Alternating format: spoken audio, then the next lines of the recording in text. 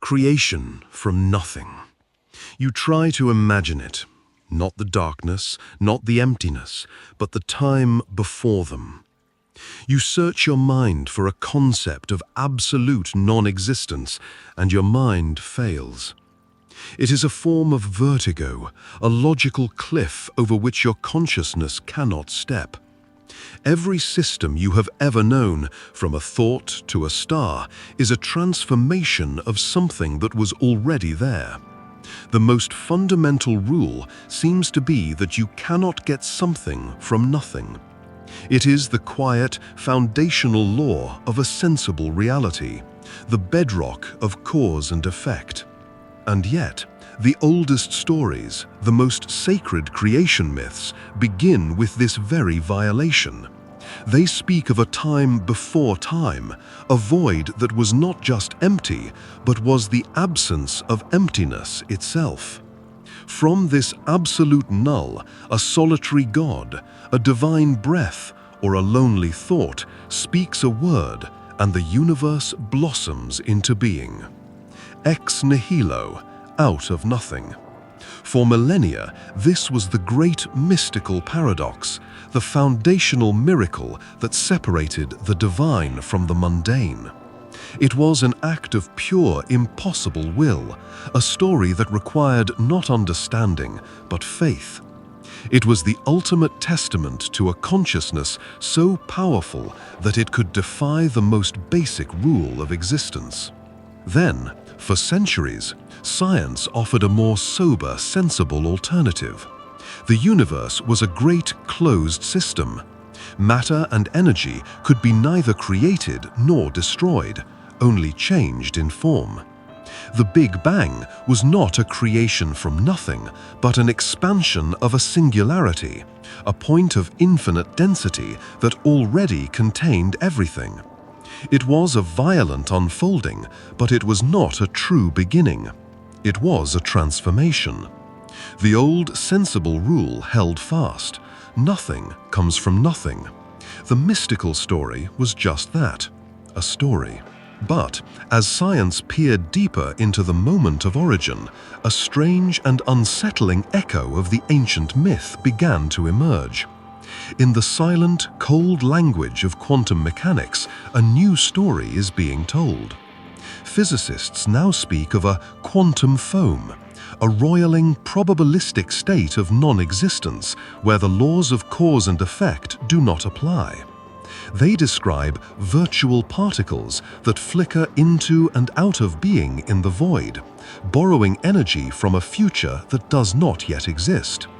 They theorize that the universe itself could be a grand-scale version of this phenomenon, a quantum fluctuation in a greater nothingness, a bubble of reality that simply and for no reason blinked into existence.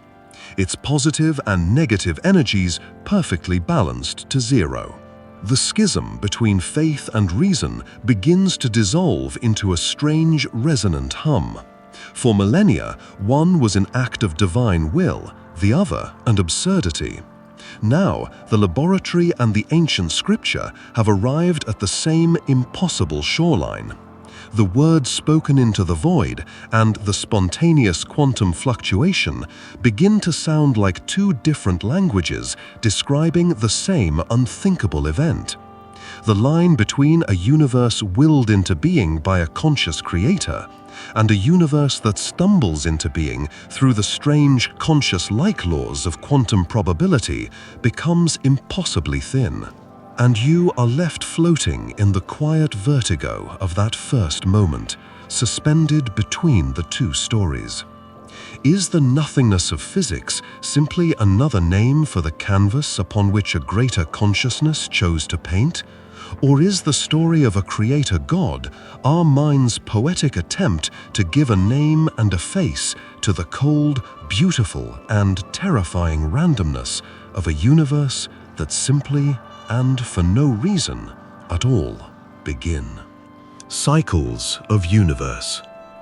Your life is a rhythm of cycles. You feel it in the steady, unconscious cadence of your own breathing, the in-breath and the out-breath that form a quiet, unbroken promise of continuity. You see it in the turning of the earth, the comforting, predictable sequence of sunrise, sunset, and sunrise again. You witness it in the slow, graceful dance of the seasons, the death of winter giving way to the rebirth of spring.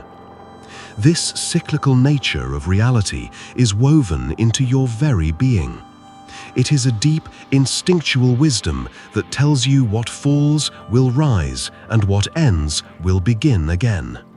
This same wisdom is at the heart of some of the world's most ancient and profound spiritual traditions. In the vast cosmic timescale of Hinduism, the universe is not a singular event, but a single breath in the life of Brahma. The cosmos unfolds in a great outbreath, living for trillions of years through a series of ages or yugas, before being inhaled back into a state of pure, undifferentiated unity. This is a kalpa, a single day for God, which is followed by a night of equal length, before the cycle begins anew. It is a vision of time not as a straight line, but as a great, eternal, pulsating wheel, a universe forever dying and being reborn. For centuries, this was seen as a beautiful metaphor, a philosophical or mystical truth, not a physical one. Western science, in contrast, offered a more linear and perhaps more tragic narrative. The universe had a definite beginning, the Big Bang, and it was heading towards a definite end. It was a one-way street. The story would conclude with either a big freeze, as the universe expanding forever into a cold, dark, and empty state, or a big crunch, as gravity pulled everything back into a final fiery singularity.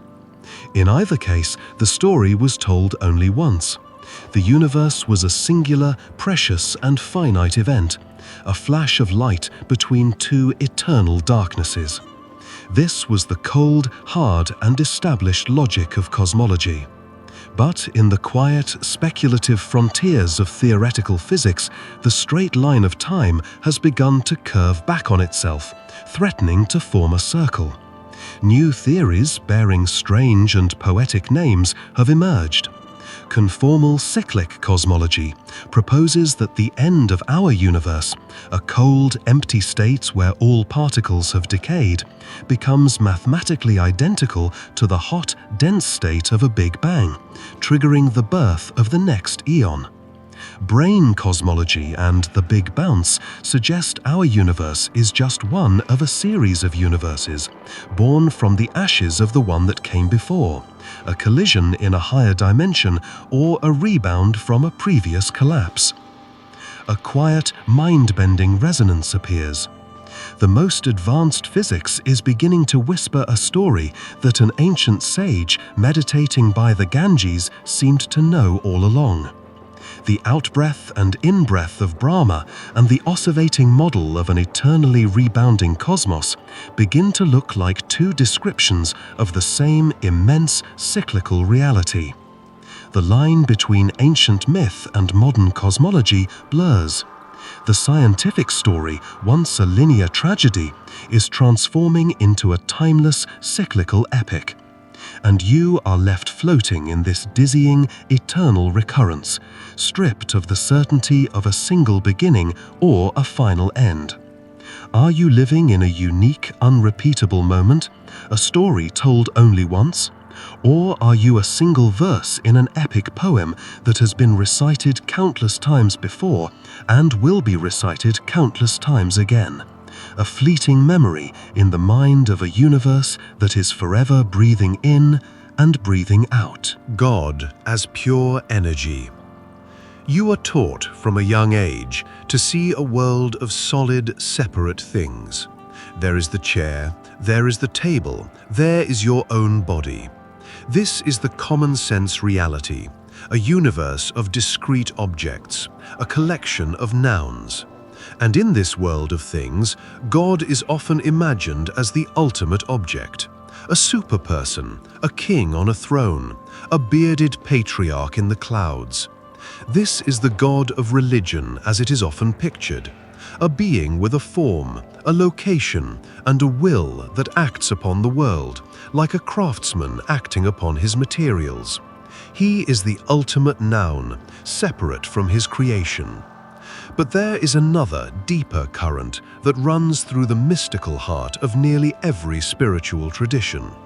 It is a more subtle, more abstract, and more challenging idea.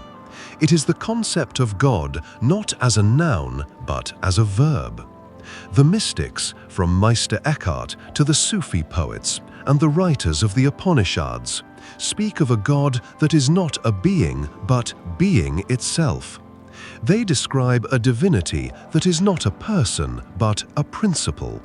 They point to a formless, timeless, and all-pervading field of pure conscious energy from which all the separate things of the world temporarily arise. This God is not a king who rules the universe. This God is the universe in its most fundamental, energetic state. For centuries, this mystical idea remained a paradox, a poetic truth that was profoundly at odds with the scientific worldview. Science, like common sense, saw a world of things. The ultimate reality was the atom, the small, hard, indivisible particle. The universe was a great machine, a collection of tiny billiard balls bouncing off each other according to predictable laws. It was a world of matter, and energy was simply a property that this matter possessed. The idea of a universal field of pure energy that was somehow conscious or fundamental was seen as a beautiful but unscientific fantasy. Then a revolution happened in a quiet laboratory. The solid atom dissolved. In the strange, ghostly world of quantum physics, the distinction between a particle and a wave, between a thing and a process, collapsed. Physicists discovered that at the most fundamental level, there are no solid objects. There are only excitations in a field.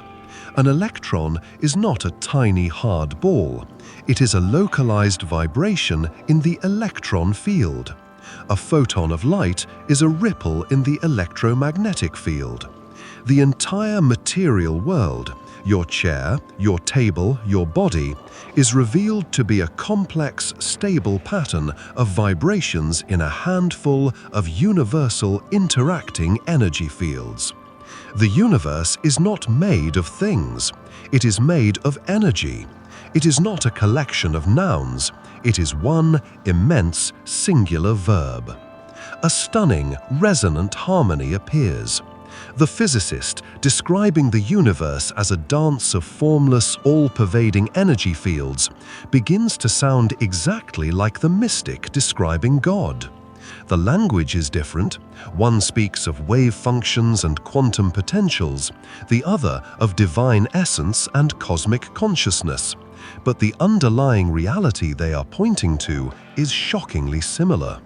The ancient mystical intuition that the world of separate things is an illusion, a temporary pattern in a single unified field of being, has suddenly found its echo in the most advanced equations of modern science. And you are left in the quiet hum of this realization, your own solid body feeling suddenly less like a thing and more like a thought. Is the quantum field of science a cold mathematical abstraction, or is it simply the name that physics has given to the same sacred, all-pervading presence that the mystics have always called God? Multiverse in ancient texts.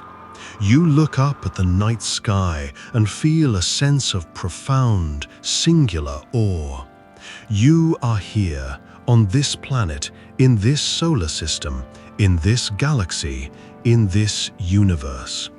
The story of our cosmos, as told by mainstream science, is a grand, solitary epic. It is the story of one Big Bang, one expansion, one set of physical laws that governs one all-encompassing reality. This uniqueness gives our existence a precious, fragile weight. We are a lonely, thinking part of a single, magnificent whole. The idea of other universes has been, for most of history, the realm of fantasy, of science fiction, a playful but unserious thought. And yet, in the quiet, mythological undercurrent of ancient human thought, the idea that our universe is not the only one has been present for millennia. It appears not as a scientific theory, but as a deep, recurring, spiritual intuition. In the vast cosmologies of Hinduism and Buddhism, there are countless other worlds, other realms of existence, some heavenly, some hellish, all part of a larger, unimaginable cosmic structure. The ancient Norse Eddas speak of 9 worlds linked by the great world tree Yggdrasil. Even in the mystical traditions of the Abrahamic faiths, in the Kabbalah or Sufism, there are hints of multiple planes of reality, of divine emanations that form a cascade of parallel worlds. For centuries, these were seen as purely symbolic or religious ideas. They were maps of the psyche, not maps of the cosmos. They were poetic ways of describing different states of consciousness, not a literal claim about the existence of other physical realities. Science, with its focus on the observable and the testable, remained firmly committed to the single universe model. The multiverse was a theological or philosophical concept, not a physical one. It was a story told by priests and poets, not by physicists. Then, the story of science began to fracture. As physicists pushed their theories to the very edge of the known, strange possibilities began to emerge, unbidden from their own equations.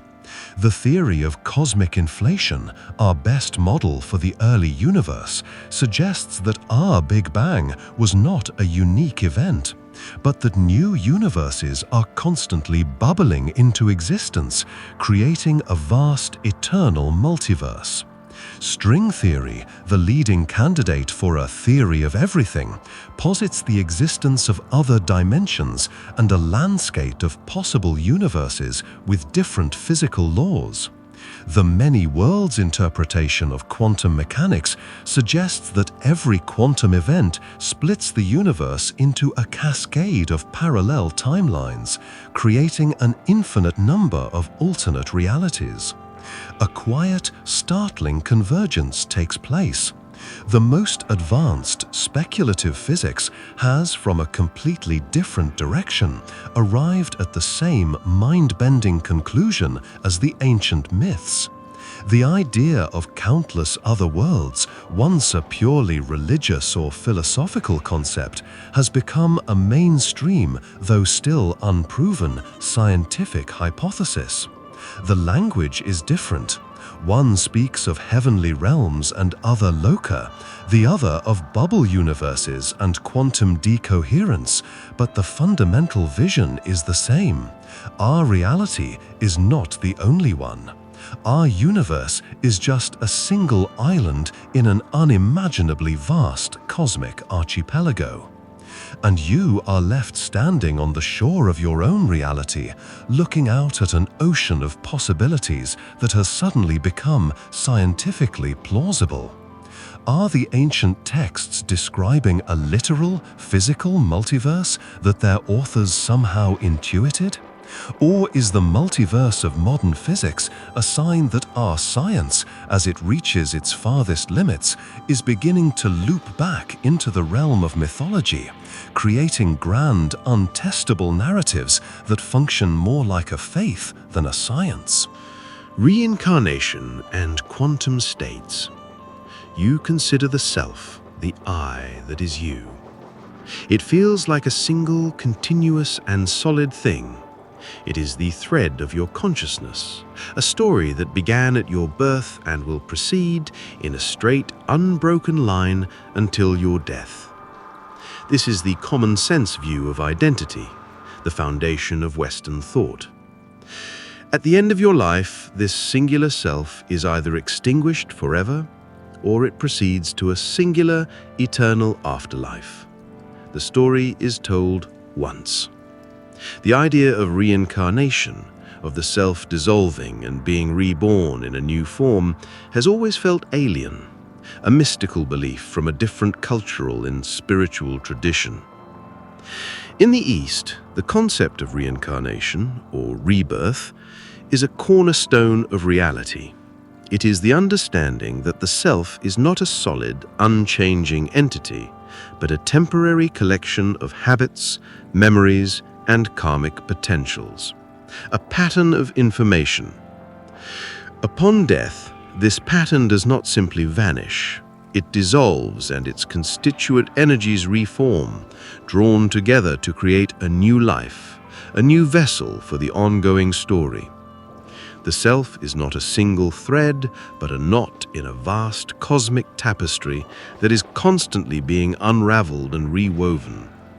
It is a belief in the profound conservation of consciousness. For centuries, this idea was seen by the scientific West as a purely religious or superstitious one. The self, from a scientific perspective, was an emergent property of the brain, a product of complex neurochemistry. When the brain dies, the self is extinguished, like a flame when the candle is gone. There is no mechanism, no physical law that could account for the transfer of a pattern of information from a dead brain to a new one. The idea was a beautiful metaphor, perhaps, but it was not a physical possibility. Then science began to explore the strange, ghostly world of the quantum realm, and the very definition of what it means to be a thing began to dissolve. Physicists discovered that at the most fundamental level, reality is not made of solid, separate objects. It is made of information. A particle, like an electron, is best described not by its location or its substance, but by its quantum state, a collection of information about its properties and probabilities. This information can become entangled with the information of other particles, creating a single unified system that transcends physical distance. A quiet, almost heretical thought begins to emerge at the intersection of these two worlds. What if the ancient mystical concept of the self as a pattern of information is more scientifically accurate than the common sense view of the self as a solid object? What if the I is not the brain, but the quantum information that the brain is processing? What if consciousness is a vast, entangled quantum state? This is the frontier of speculative science, the place where physics and metaphysics begin to hold hands. If the self is a form of quantum information, then the idea of its survival after the death of the physical brain is no longer a physical impossibility. Information, as physicists know, is never truly lost. It is conserved. The schism between the scientific extinction of the self and the mystical rebirth begins to narrow. The ancient concept of reincarnation and the modern speculative concept of the conservation of quantum information start to sound like two different descriptions of the same profound possibility. And you are left to ponder the nature of your own I. Is it a temporary flame that will be extinguished when your body dies? Or is it a complex pattern of information, a quantum state that is merely entangled with your current physical form, a knot that upon your death will simply unravel, its threads ready to be woven into a new pattern in the great cosmic tapestry of being? Divine code in DNA. You stand in awe of the living world. The immense, baffling complexity of a single leaf, a soaring bird, a thinking human being. For millennia, there were only two ways to explain this miracle. One was the path of faith. This intricate design was the handiwork of a divine creator, an intelligent designer who sculpted each creature with purpose and intent. The living world was a testament to a mind, a sacred text written in the language of flesh and bone. The other path was that of mystery. It was simply the way things were, a given, a wonder beyond human comprehension. Then a new story emerged, the story of science. It offered a third way, a powerful and elegant explanation that seemed to do away with the need for a designer. It was the theory of evolution by natural selection. Life's complexity was not designed from the top down. It was built from the bottom up, through a slow, blind, and unguided process of random mutation and environmental pressure. The designer was not a mind, but an algorithm. The intricate beauty of the living world was a product of chance and time, a magnificent accident. This became the great dividing line, the central conflict between the religious and the scientific view of life. But as science delved deeper into the very heart of the cell, it made a discovery that was so strange and unexpected that it blurred this line, creating a new and profound mystery. Scientists found that at the core of every living thing lies a code. They found a long, elegant, and impossibly complex molecule called DNA, a double helix that contains the complete set of instructions for building and operating that organism. And most shockingly, they found that it was a true code, a language. It used a four-letter alphabet, A, T, C, G, to write three-letter words, codons, that specified which amino acids to use, forming a grammatical and syntactic system of breathtaking complexity. A quiet, unsettling schism opened in the heart of biology itself. The process of evolution was still seen as blind and unguided, but the medium it was working with was suddenly revealed to be a sophisticated, language-like information system. The discovery of DNA did not disprove evolution, but it reframed it in a profoundly mysterious way. The question was no longer just how did life evolve, but where did the code come from? How did a system of symbolic representation, a language, emerge from the blind chemistry of the early Earth? The metaphor becomes almost irresistible. You look at the billions of letters of genetic code that make up a human being, a sequence of precise instructional information, and it is difficult not to feel as if you are reading a sacred text. The ancient religious idea of a book of life, of a divine plan written into creation, suddenly seems less like a metaphor and more like a literal description. The line between a divine code and a genetic code becomes a matter of interpretation, not of fact. And you are left with a question that hangs in the quiet space between the laboratory and the temple. Is the genetic code a magnificent but ultimately accidental product of a blind, purposeless universe? Or have our scientists, in their quest to understand the machinery of life, stumbled upon a page from the Creator's own instruction manual, a divine fingerprint left at the scene of the crime of existence? Sound as creation force. You stand in a quiet room and you feel the stillness. The world of solid, stable objects seems to be the primary reality, a silent stage upon which events unfold. Sound, in this common-sense view, is a secondary phenomenon, a consequence, not a cause. It is a vibration that travels through the air, a fleeting disturbance in the silence. It is an effect produced by the interaction of physical things. The idea that sound could be a creative force in itself, that it could shape matter and bring form out of chaos, feels like a poetic fantasy, a story from a forgotten pre-scientific age. And yet, this is precisely the story that lies at the heart of many of the world's most ancient creation myths. In the Hindu tradition, the universe begins with a single sacred sound, the syllable Om, whose vibrations bring the cosmos into being. In the biblical Gospel of John, it is stated, "In the beginning was the Word, and the Word was God." The Abrahamic God speaks, and his divine utterance, his command, "Let there be light," calls reality itself into existence. Ancient Egyptian myths tell a similar story of a god whose creative power is manifested through speech. For millennia, this was a mystical truth. The universe was not made, it was sung into being. Science, for centuries, had no room for such a poetic notion. The universe was formed by gravity, by nuclear forces, by the silent mathematical laws of physics.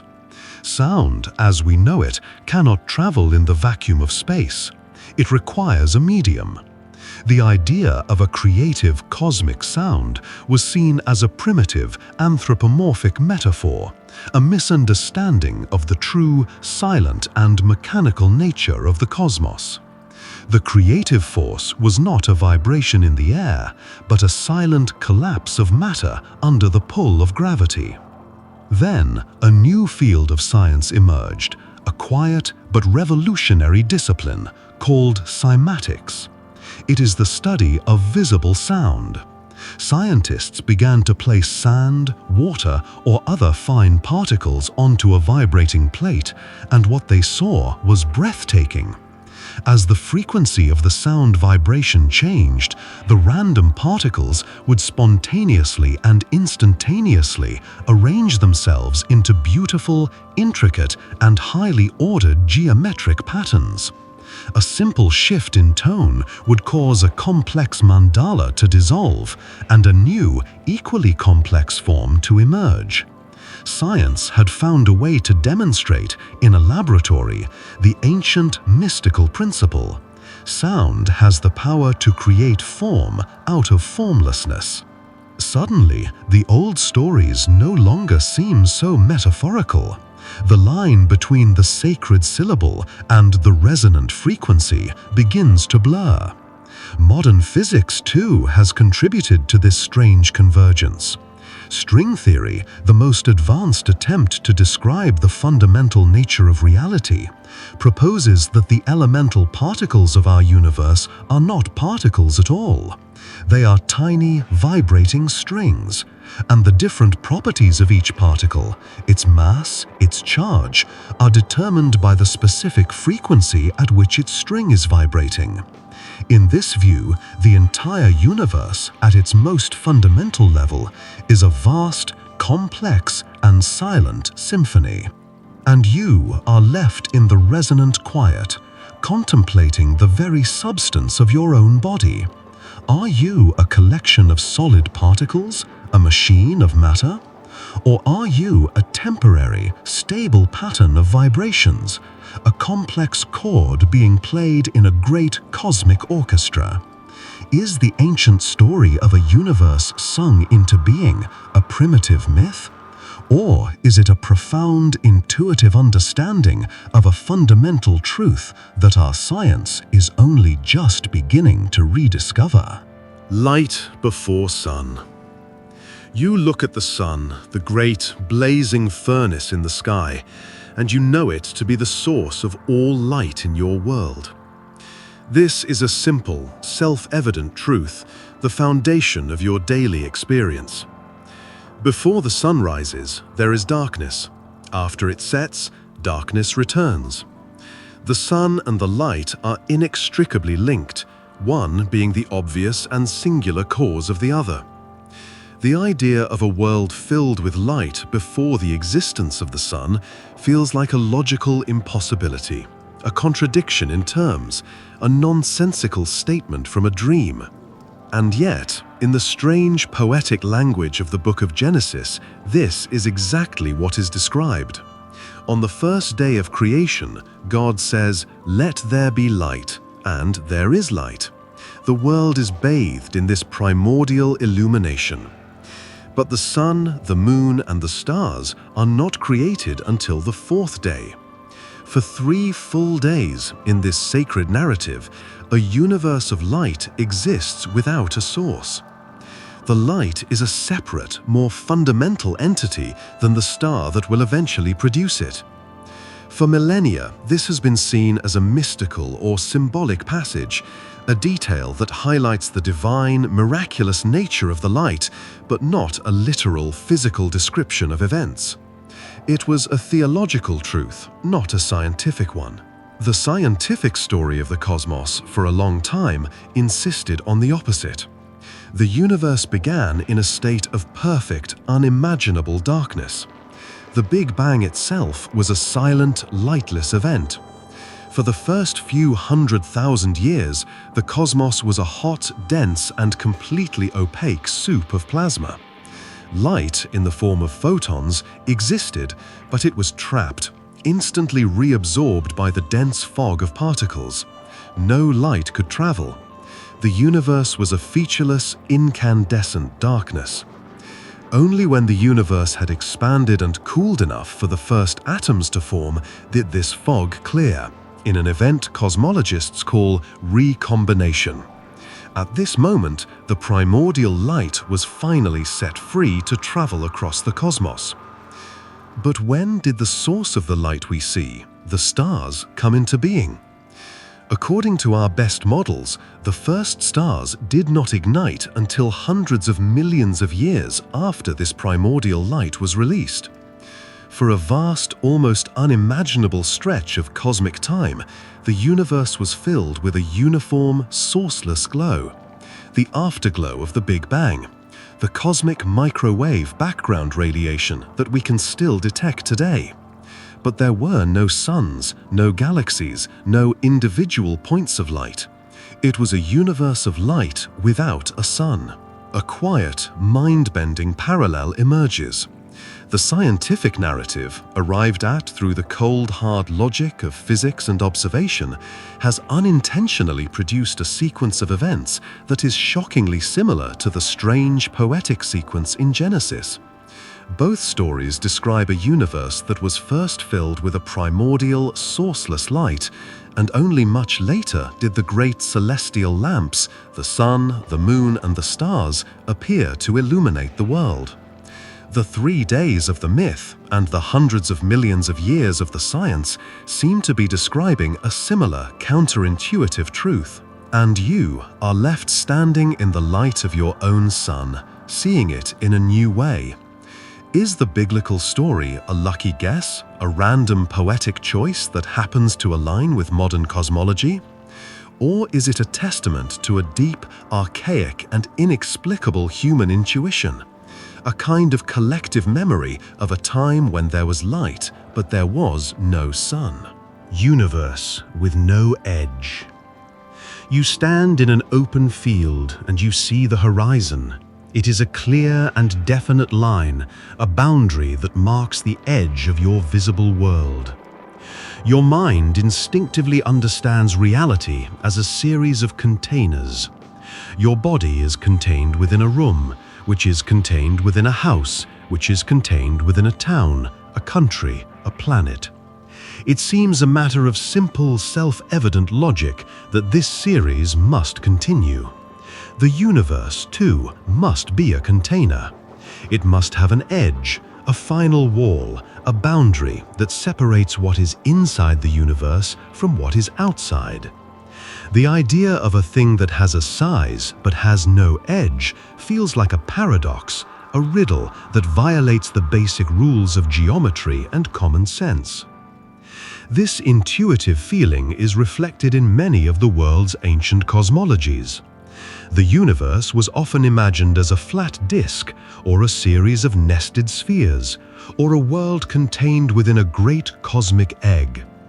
In these models, there was always a boundary. There was the firmament, the crystal spheres, the river that encircled the world. Beyond this edge lay the realm of the gods, the waters of chaos, or simply the nothingness. The idea of a finite universe that you could fall off the edge of was a powerful and deeply ingrained part of the human imagination. For centuries, science did little to challenge this fundamental intuition. Even after we understood that the world was a globe, the universe itself was still imagined as a vast but ultimately finite box of stars floating in an infinite empty space. Newton's universe was a container. You could, in theory, travel in a straight line forever and eventually reach the outside. The idea of an edge was still there, even if it was infinitely far away. Then, a quiet revolution in thought occurred, a shift that began in the mind of a single man and rippled out to change our entire perception of reality. Einstein's theory of general relativity revealed that space is not a passive, empty container. It is a dynamic, flexible fabric that is shaped by the presence of mass and energy. And one of the most profound and mind-bending consequences of this idea is that the universe could be both finite in volume and yet have no edge. The concept is almost impossible to visualize, but the analogy is simple. Imagine you are a two-dimensional creature living on the surface of a balloon. You can walk in any direction for as long as you want, and you will never, ever reach an edge. You will never fall off. And yet, the surface area of the balloon is finite. Your universe has a size, but it has no boundary. Our three-dimensional universe, according to modern cosmology, is likely the same. A finite, four-dimensional hypersphere that is constantly expanding. If you could travel in a perfectly straight line for long enough, you would not reach an edge, you would simply end up right back where you started. A strange and beautiful convergence occurs. The ancient mystical idea of the Ouroboros, the serpent that eats its own tail, a symbol of a finite, self-contained and cyclical reality with no beginning and no end, has suddenly become the most accurate and scientifically accepted model of our cosmos. The ancient symbol, once seen as a purely metaphorical or spiritual truth, has become a literal, geometric description of the universe. The line between myth and mathematics has collapsed. And you are left floating in this strange, edgeless reality, your sense of direction and containment dissolving. The universe is not a box you are inside of. The universe is a closed surface that you are a part of. And it leaves you with a quiet, dizzying question. Where does that leave the concept of an outside, the realm of God, the place beyond the firmament? If the universe has no edge, does that mean there is nothing outside of it? Or does it mean that the outside is and always has been on the inside? Time is an illusion. You feel the relentless, forward-flowing river of time.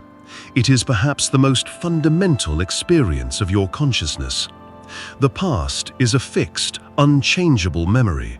The future is an open, uncertain potential. And you exist in a single, moving sliver of the present moment, a now that is constantly becoming the past and being replaced by the future. This one-way arrow of time is the bedrock of your reality. It is what allows for cause and effect, for growth, for stories to have a beginning, a middle, and an end. The idea that this powerful, undeniable experience could be an illusion is counterintuitive to the point of absurdity. And yet, at the mystical heart of many spiritual traditions, this is precisely the claim. The Buddhist sage, the Hindu yogi, the contemplative mystic, they all speak of a state of consciousness, an enlightenment, where the illusion of linear time dissolves. In this state, the past, present, and future are seen to coexist simultaneously in an eternal, timeless now. They describe time as a creation of the limited human mind, a veil of illusion, Maya, that hides the true nature of a changeless, unified reality.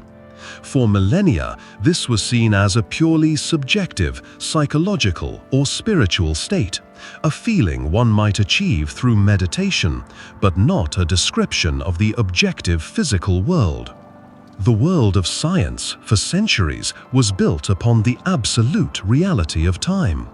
In Newtonian physics, time is a universal, metronomic clock, ticking at the same rate for everyone, everywhere. It is a fundamental, independent dimension of the universe, the great straight line along which all events unfold. The past is gone, the future is not yet here, and the present is real.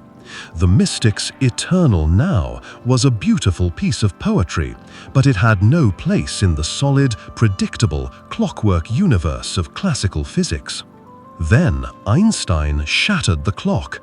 His theories of relativity revealed that time is not absolute. It is relative.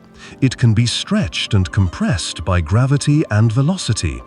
Two observers moving at different speeds will experience the passage of time differently. This was a revolutionary blow to the common sense view, but it still preserved the forward-flowing arrow. The true challenge to time's reality came from a deeper look at the fundamental laws of physics themselves. Physicists discovered that at the most basic level, from quantum mechanics to general relativity, the laws do not have a built-in direction for time. The equations work just as well forwards as they do backwards. The arrow of time that we experience does not seem to exist in the fundamental physics of the universe. This has led many modern physicists to a startling, almost mystical conclusion. Time, as we experience it, is not a fundamental property of reality. It is an emergent phenomenon, a product of statistics and thermodynamics, the law of entropy, or perhaps, as some theories suggest, a grand illusion created by the way our consciousness processes information. In this block universe model, the entire history of the universe, past, present, and future, exists simultaneously and timelessly, like a single, complete movie reel. A stunning parallel appears. The physicist, armed with the most advanced mathematics, and the ancient mystic, armed with years of silent meditation, have arrived at the same world-shattering conclusion. Our powerful, intuitive feeling of the flow of time is a profound illusion. The eternal now of the mystic and the block universe of the physicist begin to look like two different maps of the same timeless territory. And you are left stranded in this strange, frozen moment, your own sense of a past and a future feeling suddenly like a deeply ingrained habit of mind. Are you moving through time, or is time a static landscape that your consciousness is simply moving through, a story that has already been fully written? Sacred geometry patterns. You look at the living world and see a beautiful but seemingly chaotic diversity of forms. The branching of a tree, the spiral of a seashell, the hexagonal cells of a honeycomb, the delicate, six-pointed symmetry of a snowflake. They are all beautiful, but they appear to be separate, unique creations, products of different biological and physical circumstances. The idea that a single, hidden geometric code might underlie all of these disparate forms seems like a strange, mystical fantasy, a search for a pattern where none exists. And yet, for millennia, this is precisely what philosophers, mystics, and spiritual traditions have claimed. From the Platonic solids, which Plato believed were the literal geometric atoms of the universe, to the intricate mandalas of Hinduism and Buddhism, to the flower of life pattern found in ancient temples across the world. Humanity has been haunted by the idea of sacred geometry.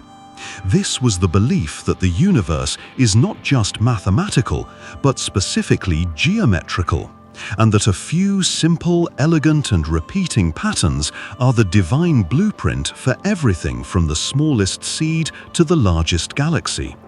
It was a vision of the cosmos as a single, unified, geometric thought in the mind of God. For a long time, science viewed these ideas with suspicion. They were seen as a form of numerology or aesthetic projection, the human mind's tendency to impose order onto a random world. Science analyzed each form on its own terms. A snowflake's shape was explained by the molecular properties of water, a shell spiral by the growth patterns of a mollusk, a galaxy's arms by the laws of gravity. Each was a separate problem with a separate mechanistic answer. There was no need for a grand, unifying, sacred geometry. The patterns were simply the accidental byproducts of different physical laws. Then, with the advent of more powerful tools for observation and computation, science began to see a deeper, stranger, and more unified picture. Biologists discovered that the precise repeating arrangement of seeds in a sunflower head follows the same mathematical spiral as the arms of a distant galaxy. Physicists found that the branching patterns of lightning, of rivers, and of the neural pathways in our own brains can all be described by the same simple fractal equations. Chemists saw that the structure of a carbon molecule could form a perfect buckyball, a shape identical to one of the ancient geometric solids. A quiet, breathtaking convergence began to take place. Scientists, without intending to, were rediscovering the core principles of sacred geometry. The divine blueprint of the mystics and the universal mathematical constants of the physicists started to look like two names for the same thing.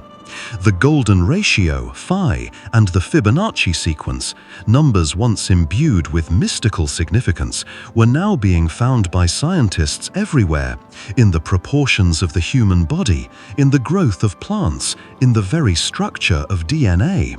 The line between a sacred hidden order and a fundamental mathematical property of the universe began to dissolve. And you are left looking at a simple pine cone, seeing it not just an object, but as an expression of a universal law.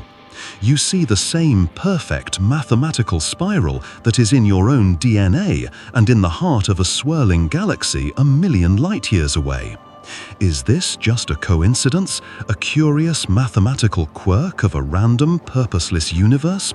Or have our scientists, in their patient, objective analysis of the physical world, inadvertently stumbled upon the signature of the divine architect, the faint, geometric echo of the mind that thought the universe into being? Miracles, or placebo effect. You are confronted with a story that defies all rational explanation. A person diagnosed with an incurable disease makes a pilgrimage to a sacred shrine, prays with absolute faith, and their illness vanishes. A person in a state of deep religious ecstasy walks across a bed of hot coals and feels no pain, their skin unblistered.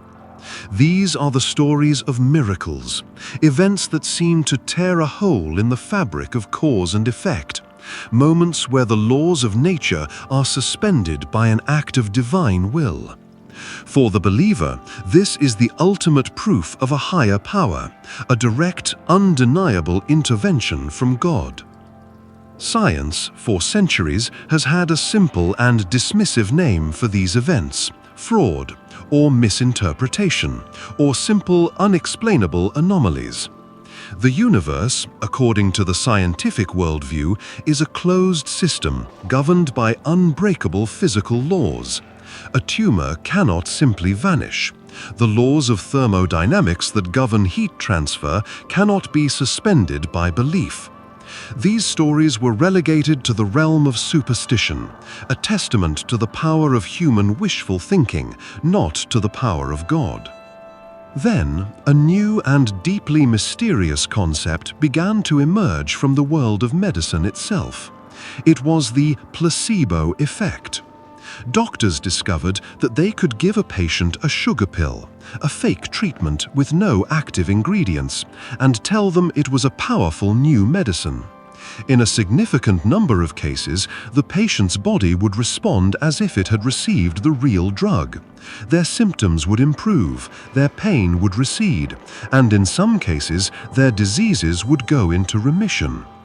The mind, through the power of pure belief, was demonstrating the ability to create real, measurable, physiological changes in the body.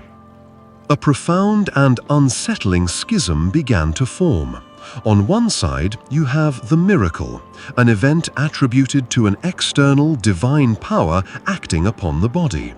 On the other side, you have the placebo effect, an event attributed to the internal psychological power of the individual's own mind acting upon their body. But if you strip away the language of explanation, the raw, observable phenomenon is exactly the same. A person's profound, unwavering belief that they are going to be healed is followed by their actual physical healing. The line between the two explanations becomes almost impossibly thin. Is the person at the sacred shrine being healed by the power of God? Or are they being healed by the immense focused power of their own belief, which has been unlocked and amplified by the sacred ritual, the charged atmosphere, the collective faith of the other pilgrims? Is the firewalker protected by an angel?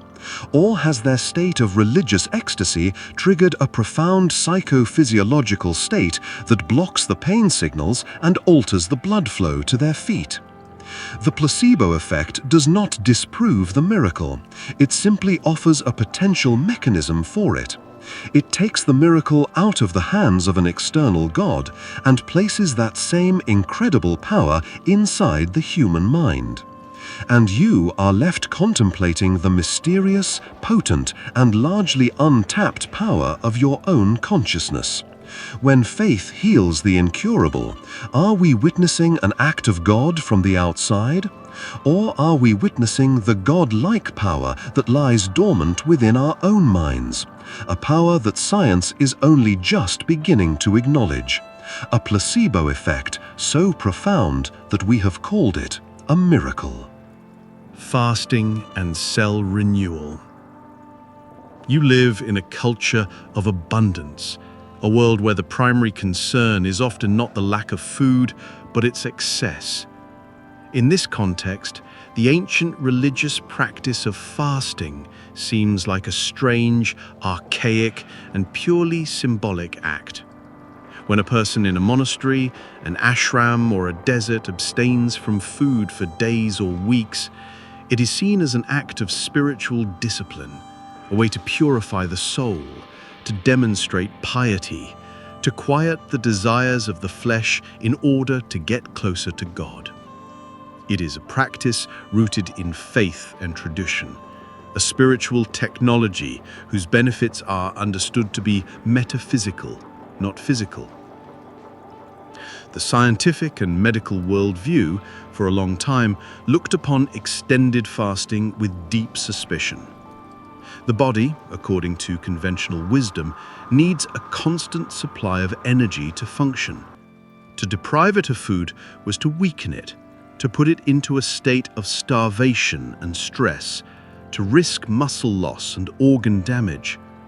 At best, fasting was seen as a quaint but medically irrelevant spiritual practice. At worst, it was seen as a dangerous and misguided form of self-harm. The idea that deliberately starving oneself could have any tangible physical benefit was considered absurd. Then, as biologists began to explore the intricate cellular mechanisms of the body with more powerful tools, they discovered a profound and ancient secret that had been hiding in our very own cells, they discovered a process called autophagy, a Greek term that literally means self-eating. They found that the body is deprived of external nutrients. It does not simply shut down. It intelligently and systematically begins to clean house. It enters a state of profound cellular renewal. The process is one of beautiful, ruthless efficiency. The cells begin to identify their own damaged, dysfunctional, or cancerous components, the accumulated junk of cellular life. They then engulf and consume these parts, recycling them for energy and using the raw materials to repair and rebuild themselves. It is a deep cellular detoxification, a system for purging the old and making way for the new. And scientists discovered that the single most powerful trigger for this profound regenerative process is the very thing that religion has been prescribing for millennia: fasting. A stunning convergence appears, a bridge between the monastery and the laboratory. The ancient monk, through his spiritual discipline, and the modern biologist, through his high-tech microscope, have arrived at the same fundamental truth. The purification of the soul that the mystic sought, and the cellular renewal that the scientist measured, are two different names for the same powerful and scientifically verifiable biological event.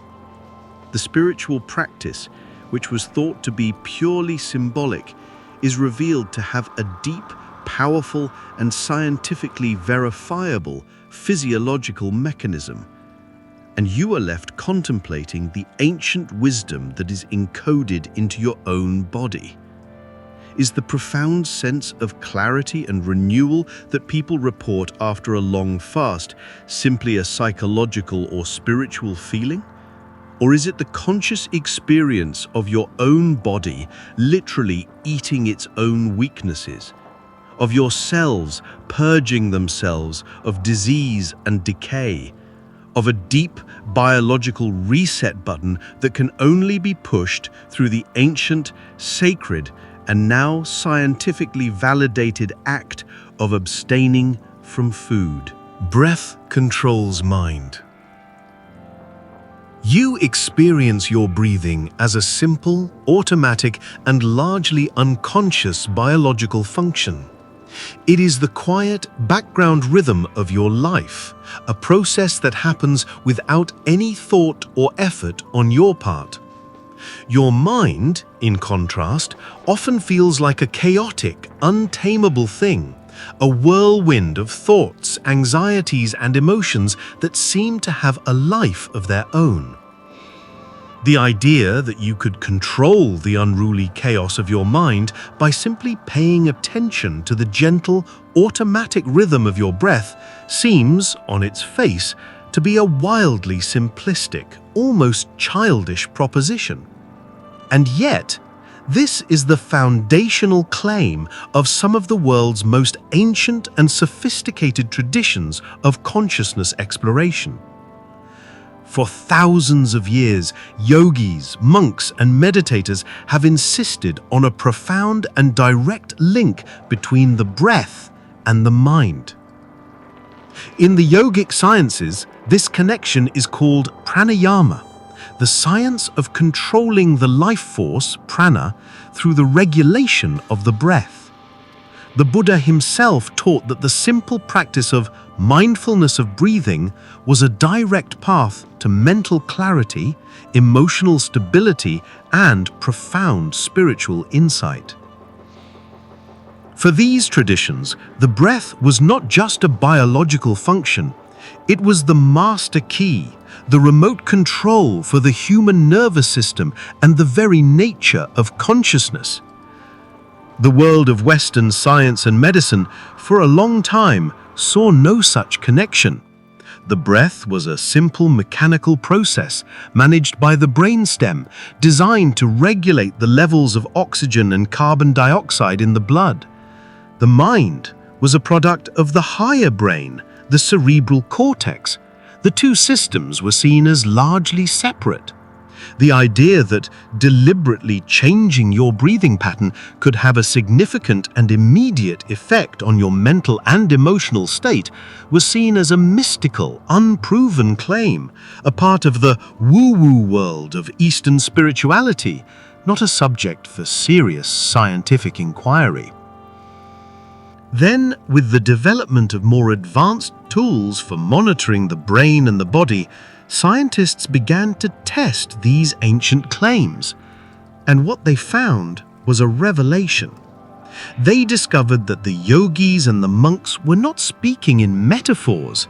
They were describing a precise, powerful, and scientifically verifiable neurological mechanism. They found that different breathing patterns, slow, deep breathing, fast, rhythmic breathing, holding the breath, directly and immediately change the activity of the autonomic nervous system, shifting the body from a fight or flight state of stress to a rest and digest state of calm. They discovered that specific breathing techniques could change brainwave patterns, moving the mind from a state of scattered beta waves to one of calm, focused alpha waves. The remote control that the mystics had described was revealed to be a real, physical, and neurological circuit. And you are left with the quiet power of your own lungs, realizing that the key to managing the chaos of your own mind is not found in some complex therapy or medication, but in the simple, profound tool you have possessed since the moment of your birth. Is the sense of peace that comes from a few deep breaths just a subjective feeling? Or is it the direct experience of your consciousness using an ancient, sacred, and now scientifically proven technology to deliberately and skillfully change the very chemistry and electrical activity of your own brain? Cosmic consciousness. You experience your consciousness as a private, isolated, and self-contained phenomenon. It is the I that lives inside your head, a solitary island of awareness looking out at an external, objective world through the windows of your senses. The thoughts, feelings, and perceptions that make up your reality are yours and yours alone. The idea that your individual mind could be a small, temporary eddy in a vast, universal ocean of consciousness feels like a wild, mystical fantasy, a poetic metaphor for the interconnectedness of life, but not a literal description of reality. And yet, this is precisely the ultimate truth claimed by the mystics of nearly every spiritual tradition. From the Hindu concept of Brahman, the universal consciousness that is the true identity of the individual soul, Atman, to the Buddhist notion of an ultimate, empty and luminous awareness, to the transcendentalist idea of the oversoul, there is a powerful recurring intuition that individual consciousness is an illusion. In this view, there is only one consciousness in the universe. Our individual selves are not separate islands, they are waves on a single cosmic ocean, temporary expressions of a single, all-pervading and fundamental awareness. For centuries, science has stood in stark opposition to this idea. The scientific worldview, rooted in materialism, holds that consciousness is an emergent property of matter. It is a complex and mysterious byproduct of the electrochemical activity in the brain. It is something that individual biological organisms produce, like a gland produces a hormone. Consciousness, in this view, is a localized, biological phenomenon.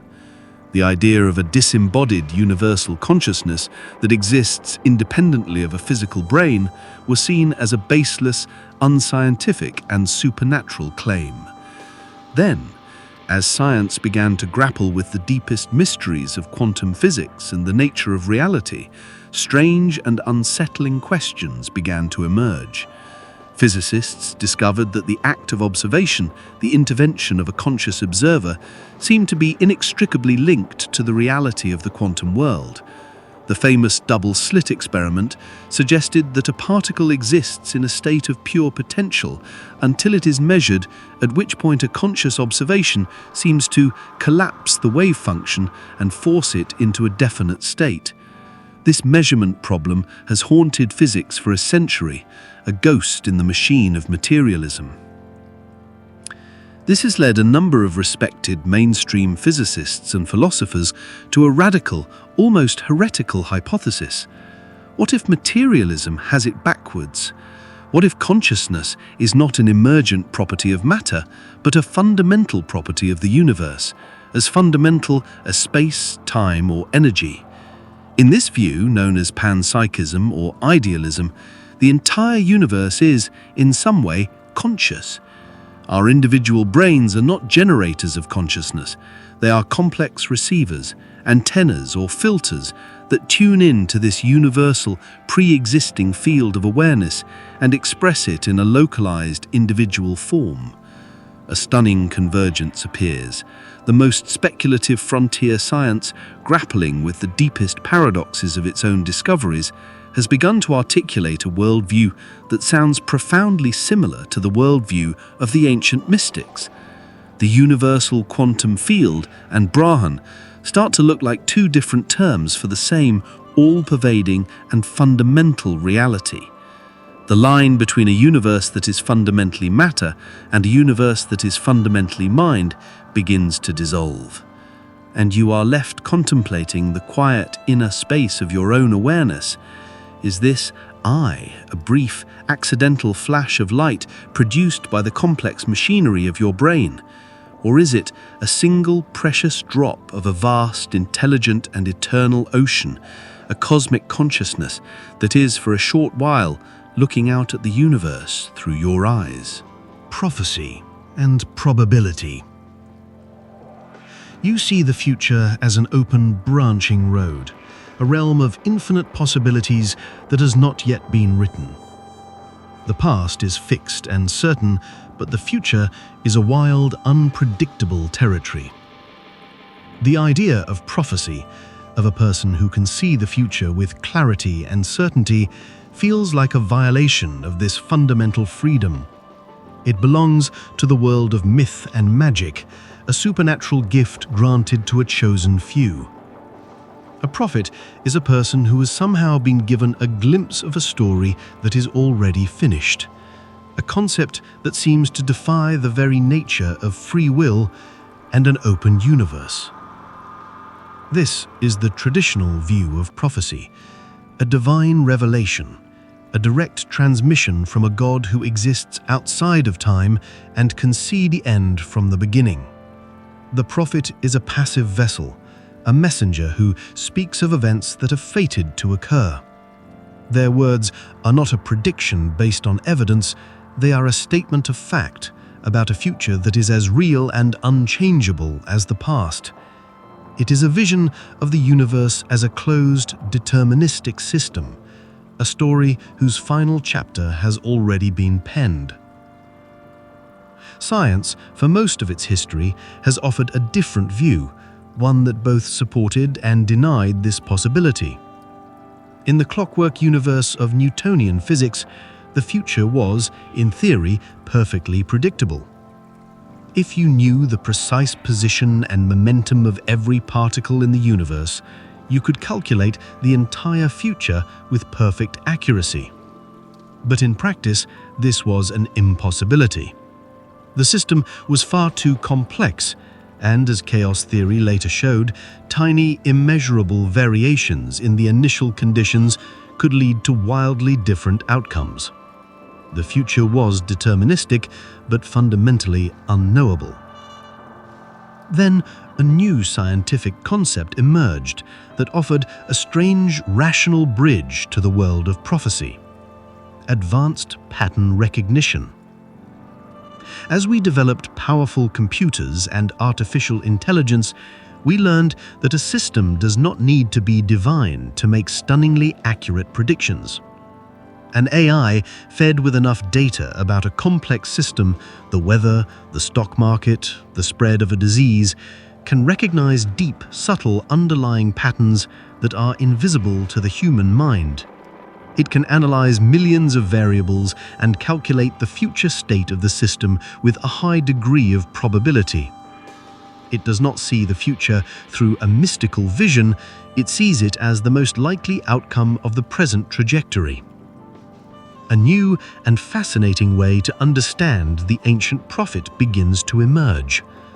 What if the prophet was not a passive recipient of a divine revelation?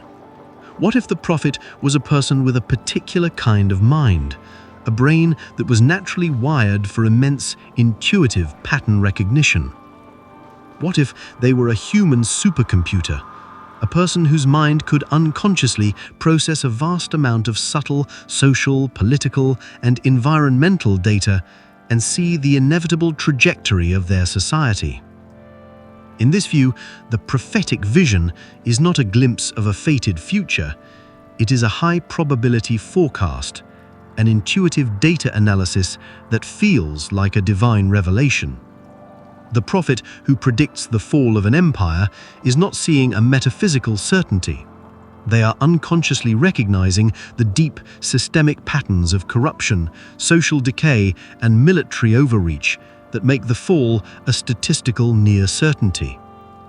The schism between a divine messenger and a human pattern recognition genius begins to dissolve, and you are left to wonder about the nature of the great prophecies of the past. Were they truly messages from a God outside of time, or were they the work of extraordinary human minds, lonely, sensitive observers who were so deeply attuned to the patterns of their world that they could see the coming storm long before anyone even noticed the clouds? Sacred numbers and math. You look at the world of mathematics and you see a powerful but ultimately human invention. It is a logical system, a language we created to describe the world, to count our possessions, to build our bridges, to send our rockets into space. The numbers themselves, 1, 2, 3, and the constants like pi and the golden ratio feel like tools, like concepts we defined for our own convenience. The idea that these numbers could have a sacred or divine quality, that they could be more than just human tools, feels like a regression to a pre-scientific, superstitious way of thinking. And yet, for millennia, this is precisely how humanity viewed mathematics. In ancient Greece, the Pythagoreans were not just a school of mathematics, they were a religious cult. They believed that the universe was literally made of numbers, and that to understand mathematical relationships was to understand the mind of God. In the mystical traditions of Judaism, Kabbalah, and Islam, Sufism, the letters of the alphabet were also numbers, and their numerical values held deep, secret meanings about the nature of reality. Sacred geometry, the belief in the divine significance of shapes and ratios, was a cornerstone of art, architecture, and cosmology across the world. For these traditions, numbers were not a human invention, they were a divine discovery. They were the fundamental organizing principles of the cosmos, the thoughts of God, the hidden structure upon which reality itself was built. Pi was not just a useful ratio, it was a transcendent divine constant that was woven into the fabric of creation. Science for a long time seemed to reject this mystical view. Math was a tool, a powerful and effective one, but a tool nonetheless. It was a language we used to describe the universe, but it was not the universe itself. The sacred qualities of numbers were dismissed as the product of human psychology, our tendency to find patterns and project meaning onto the world. Yet, as physics delved deeper into the fundamental nature of reality, a strange and profound mystery began to emerge, a mystery that has been called the unreasonable effectiveness of mathematics. Physicists found that the universe, at its most fundamental level, seems to be a purely mathematical structure. The laws of quantum mechanics, the behavior of distant galaxies, the very fabric of space-time, all are described with breathtaking precision by abstract mathematical equations that were often developed decades or even centuries before we had any idea they applied to the real world. The line between a human-invented tool and a discovered fundamental truth has become profoundly blurred. It has led many physicists to a conclusion that sounds almost Pythagorean. They have begun to suspect that the universe is not just described by mathematics. It may, in some deep and mysterious way, be mathematics. The physical world we experience may be just one manifestation of a timeless, transcendent, and purely mathematical reality. A quiet, unsettling resonance appears. The ancient mystic, meditating on the divine harmony of the number 7, and the modern physicist, marveling how a complex string theory equation perfectly describes a particle interaction, are both, in their own way, paying homage to the same profound mystery. They are both confronting the possibility that the code of the universe is written in the language of pure math. And you are left with a question that lies at the very foundation of reality. Is mathematics a language that we invented? Or is it the native language of the cosmos, a divine, sacred script that we are only just beginning to learn how to read? Mind over matter. You live in a world that is governed by the undeniable and often harsh reality of physical laws. If you push against a wall, the wall pushes back. If you step off a roof, gravity will pull you down. The material world is solid, stubborn, and indifferent to your thoughts, your beliefs, and your desires. The idea of mind over matter, the notion that your consciousness can directly influence the physical world through sheer force of will, feels like the stuff of fantasy, of superhero comics, and wishful thinking. Matter, in the common sense and scientific view, holds all the cards. The mind is just a ghost in the machine. This is the foundation of materialism, the worldview that has dominated science for centuries. The universe is made of matter and energy, and consciousness is a late-coming, emergent property of a complex material system, the brain. The causal arrow points in only one direction, from matter to mind. The physical world affects your thoughts, but your thoughts cannot, in any direct way, affect the physical world, outside of the conventional pathway of commanding your body to perform a physical action. The mind is a spectator, or at best a prisoner, in a material cage. And yet, there is a powerful, persistent, and cross-cultural belief that this is not the whole story. The spiritual traditions are filled with accounts of yogis who can control their body temperature, of monks who can perform feats of impossible endurance, of saints who can heal the sick with a touch or a prayer. These are all stories that point to the same radical idea that consciousness is not a passive spectator, but an active force, a power that can, under certain conditions, exert a direct influence over the physical reality of the body and perhaps even the world beyond it. For a long time, science dismissed these stories as folklore or fraud.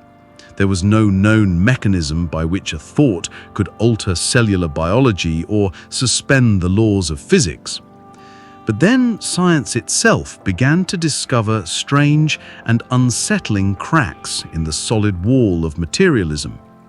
The placebo effect demonstrated that the mere belief that one is receiving a treatment can cause real, measurable physiological changes.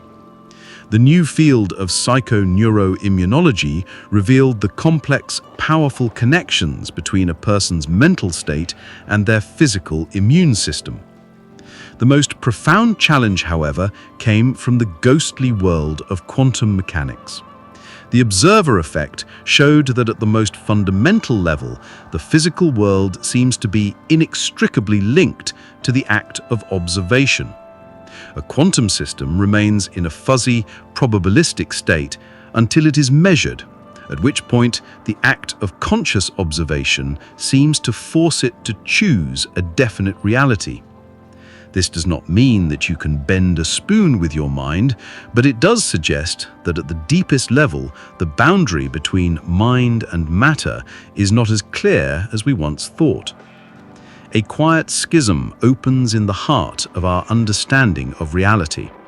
The strong, classical version of mind over matter remains unproven, but the absolute, dogmatic certainty of matter over mind has been irrevocably shaken. The ancient mystical claim that consciousness is a fundamental and active force in the universe, and the modern scientific discovery that consciousness seems to be a fundamental and active player in the quantum world, begin to look like two different sides of the same mysterious coin.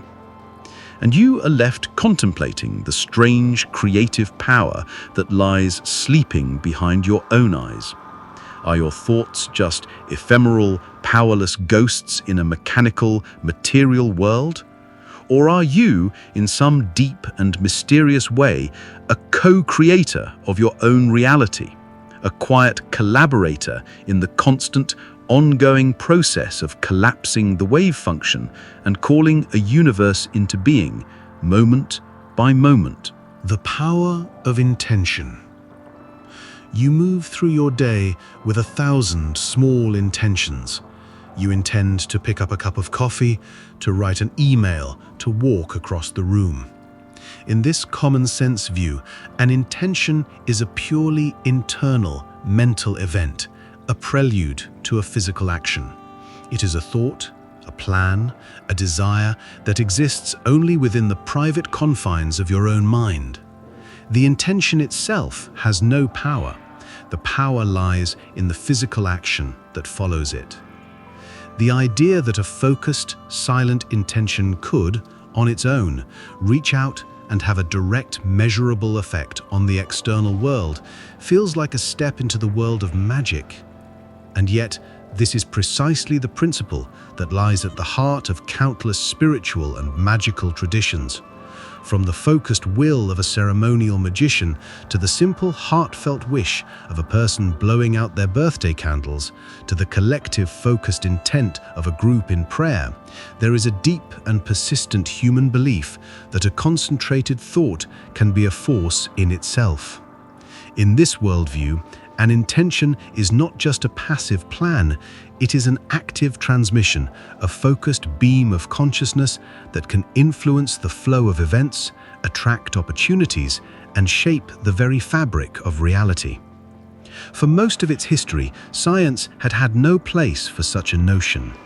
The universe, in the scientific model, is a system of physical cause and effect. It is governed by the exchange of energy and the interaction of matter. There is no known force, no particle, no energy field that could account for a thought traveling from a mind and influencing an external object or event. The power of intention was seen as a classic example of magical thinking, a confusion of correlation with causation, a testament to the human mind's ability to see patterns and agency where none exist. But then, as science began to probe the strange and counterintuitive world of the quantum realm, the clear, solid line between the observer and the observed began to dissolve. The observer effect in quantum physics presented a profound and unsettling mystery. It demonstrated that the very act of focusing and observation, an act of directed conscious attention, seemed to be what collapsed the wave function, causing a system of pure potential to resolve into a single, definite reality. The intention to measure a particle's position seemed to be what made the particle have a definite position.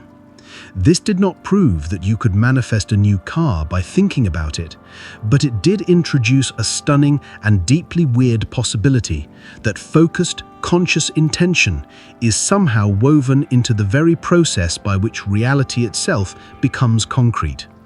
It suggested that at the most fundamental level, the line between a mental event and a physical event is not as clear-cut as we thought. A quiet, speculative bridge begins to form between the two worlds. The ancient magician focusing their will to bring about a desired outcome, and the quantum physicist focusing their observation to collapse a wave function, begin to look like they are engaging in a strangely similar process.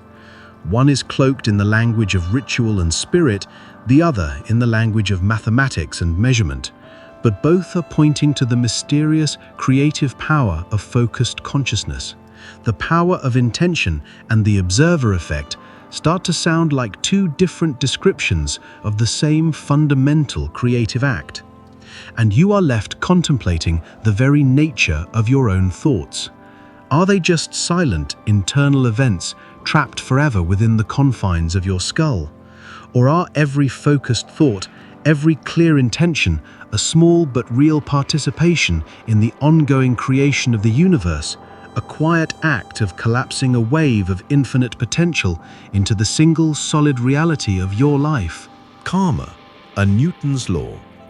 You live in a world of moral complexity, a landscape of good intentions with bad outcomes, of cruel acts that are unpunished, of kindness that is met with misfortune. The idea of karma, as it is often understood, seems like a form of spiritual wishful thinking. It is the belief in a perfect cosmic system of justice, a universal law that ensures every action will, eventually, be met with an equal and opposite reaction of a similar moral quality. It is a comforting thought, the promise of an ultimate balancing force in a world that often seems random and unfair.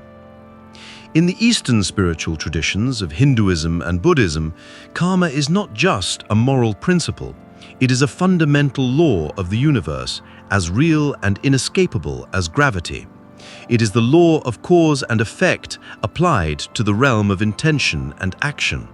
Every thought, word, and deed is a cause that sets in motion a chain of events that will eventually return to the originator as a corresponding effect. This is not a system of reward and punishment administered by a divine judge. It is an impersonal, natural law, a law of moral physics. Good actions create the conditions for future happiness, while harmful actions create the conditions for future suffering. For the scientific worldview, this concept has always been problematic. Science could see no mechanism for such a law to operate. The physical laws of the universe, the laws of motion, of thermodynamics, of electromagnetism, are indifferent to the moral quality of an act. The universe does not care if a hand is raised to help or to harm. The physical consequences are governed by the same amoral principles. Karma was seen as a beautiful but purely religious concept, a metaphorical system for encouraging ethical behavior, not a literal law of the cosmos. Then, in the 17th century, a man named Isaac Newton formulated a set of laws that would become the bedrock of classical physics. And his third law of motion stated with elegant mathematical precision that for every action there is an equal and opposite reaction. When you push against a wall, the wall pushes back on you with an identical force. When a rocket expels gas downwards, the gas pushes the rocket upwards with an equal force. Newton had discovered a fundamental, inescapable law of balance and reciprocity in the physical world. A quiet, metaphorical resonance appears, a stunning parallel in the structure of thought. One is a law for the physical world, the other a law for the moral and psychological world, but their underlying principle is identical. The ancient spiritual law of karma and Newton's third law of motion are both expressions of the same deep, intuitive understanding of the universe as a perfectly balanced, self-correcting system. Both declare that no action occurs in isolation, that every cause is inextricably linked to an effect, and that the universe is, at its core, a place of profound and unbreakable reciprocity. The schism is not in the principle, but in the domain. Science has validated the law in the world of matter. The spiritual traditions have always insisted that this same law applies to the more subtle world of consciousness. And you are left to wonder about the actions of your own life.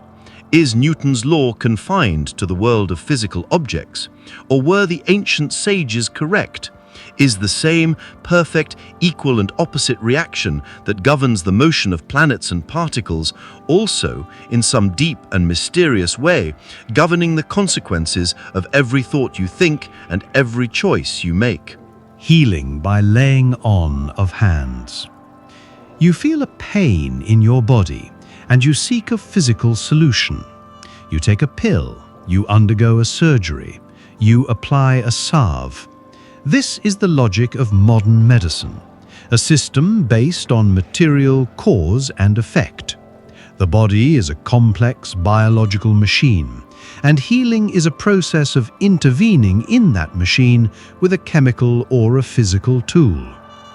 The idea of laying on of hands, of a person being able to heal another through simple, gentle touch, or even by holding their hands a few inches away from the body, feels like a relic from a pre-scientific age. It seems to belong to the world of faith healers, of mystics, of magical thinking. And yet, this practice is one of the oldest and most universal forms of healing known to humanity. It appears in virtually every culture and every spiritual tradition. From the healing touch of Jesus in the Gospels to the practice of Reiki in Japan, to the therapeutic touch used by shamans and indigenous healers across the globe, there is a persistent cross-cultural belief that the human body is surrounded by and permeated with a subtle life force energy. This energy, called prana, chi, ki, or the Holy Spirit, can become blocked or imbalanced, leading to illness. The healer, through their focused intention and physical touch, is believed to be able to channel this energy, to clear the blockages, and to restore the body's natural state of harmony and health. For centuries, science had no category for this phenomenon. There was no way to measure this life force energy, no instrument that could detect it.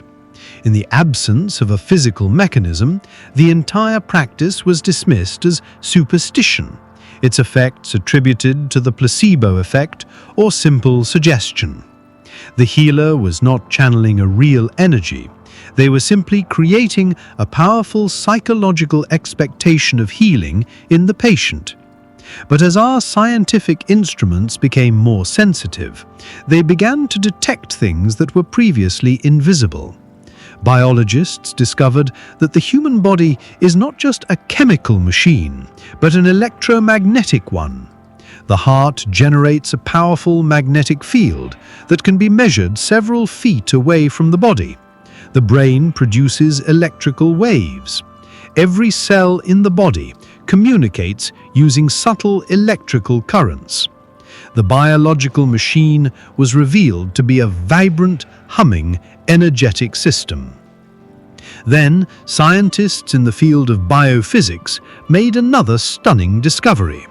They found that healers, during the act of laying on of hands, often emit a powerful, low-frequency magnetic field from their hands, a field that is thousands of times stronger than the background noise. And most remarkably, they found that these specific frequencies, around 7 to 8 Hz, are the very same frequencies that have been shown in laboratory experiments to be optimal for stimulating tissue repair and cellular regeneration.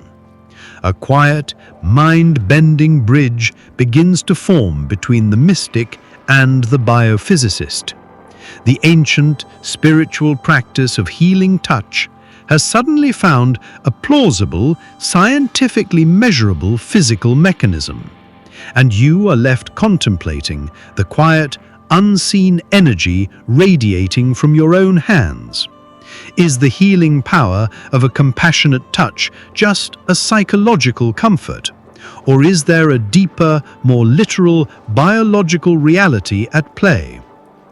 Are we, in our moments of deepest empathy and intention, unconsciously becoming biological transmitters, broadcasting a powerful healing frequency that our science is only just beginning to understand? Prayers change reality.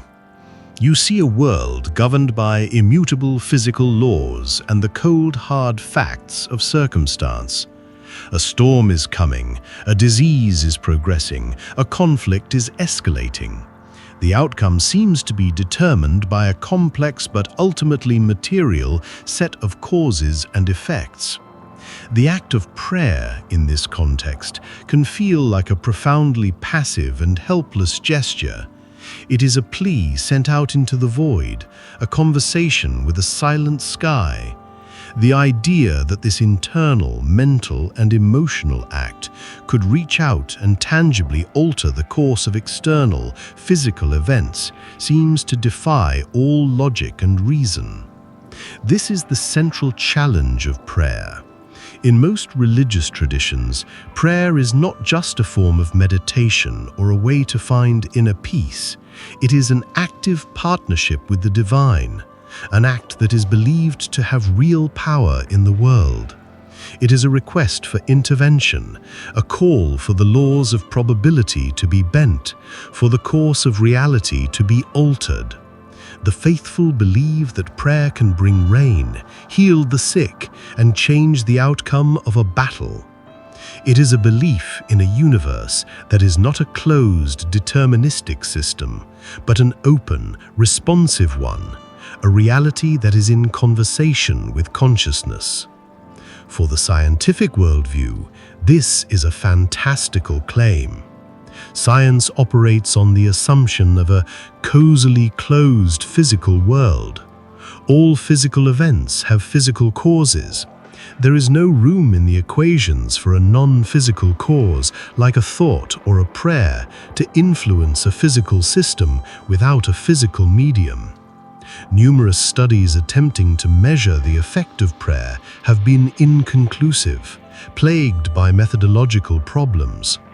Prayer, from a scientific perspective, is a powerful tool for changing the person who is praying, for fostering hope and resilience, but not for changing the external world they are praying about. But then, the strange, ghostly discoveries of quantum physics introduced a profound element of weirdness into our understanding of reality.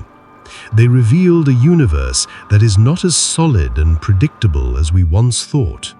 At the most fundamental level, reality appears to be a shimmering, probabilistic web of interconnected potential.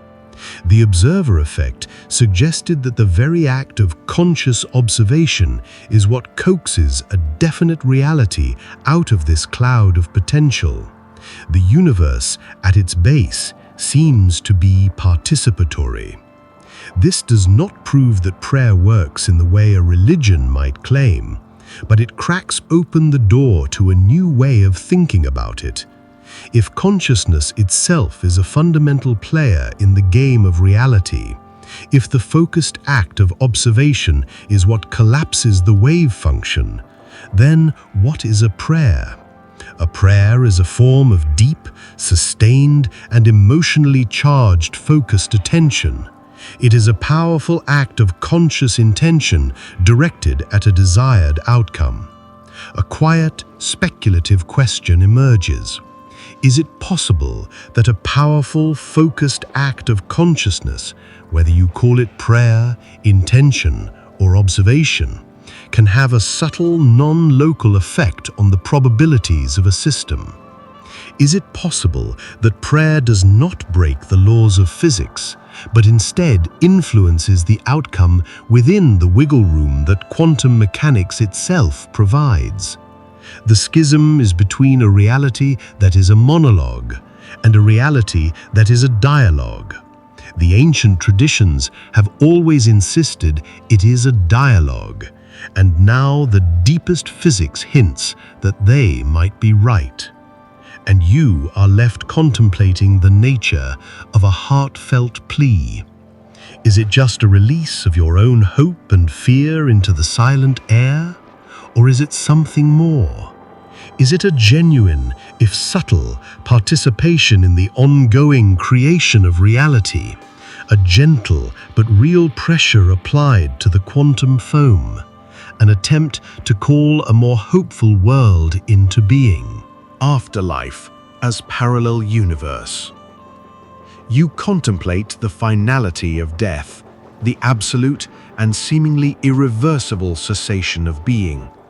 The concept of an afterlife for the modern, skeptical mind often seems like a product of human wishful thinking, a comforting story we tell ourselves to soften the terror of oblivion.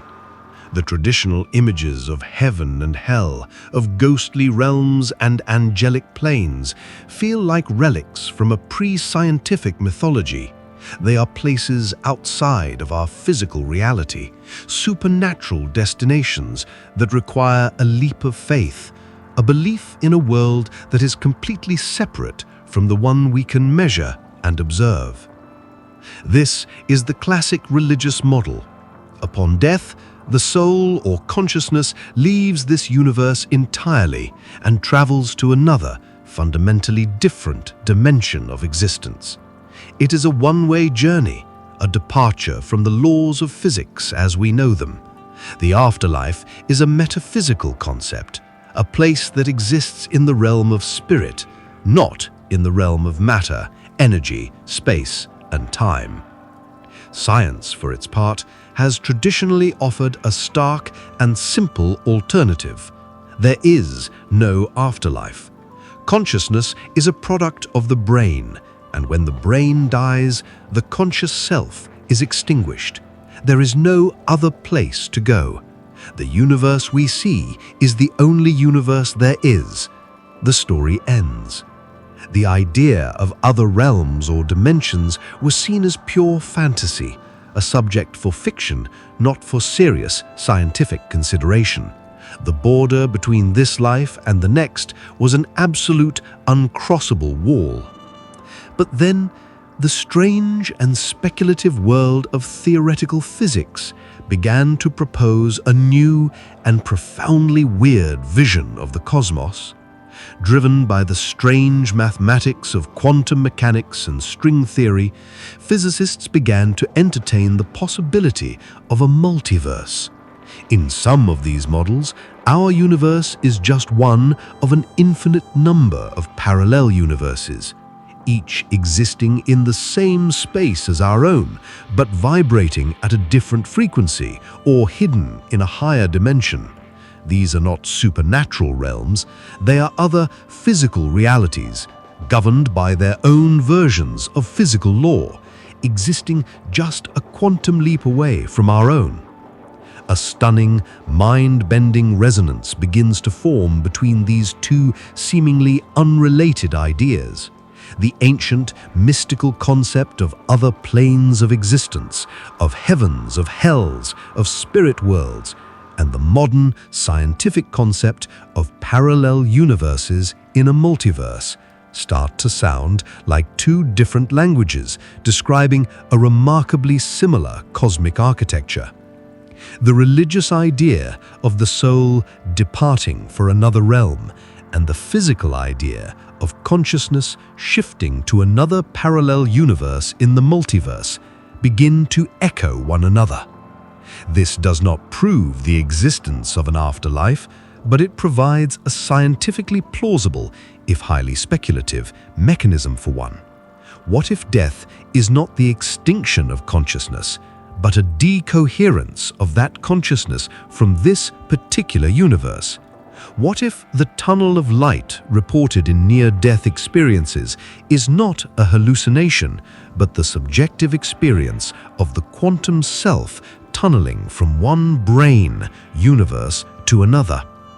The afterlife is no longer a supernatural concept. It has become a theoretical possibility within the known, or at least suspected, laws of physics. And you are left contemplating the moment of your own death, not as an ending, but as a potential transition. Is it a fading into blackness, or is it a change of channel, a subtle shift in the vibrational state of your consciousness, a quiet and final departure from this universe, and a simultaneous arrival in another, a parallel world that has been waiting alongside yours since the beginning of time? Saints in neuroplasticity. You look at the figure of the saint, a person who, through years of intense spiritual practice, has seemingly transcended the normal limits of human nature. They exhibit unwavering compassion, a profound inner peace in the face of suffering, and a radical freedom from the grips of anger, greed, and fear. In the religious worldview, this transformation is seen as a divine gift, an act of grace. The saint has been filled with the Holy Spirit, their sinful human nature replaced by a perfected divine nature. They are a living miracle, a testament to the power of God to remake a human soul. Their state of being is considered supernatural, a state that is not achievable through human effort alone. Science, for a long time, had no way to account for this kind of radical personality transformation.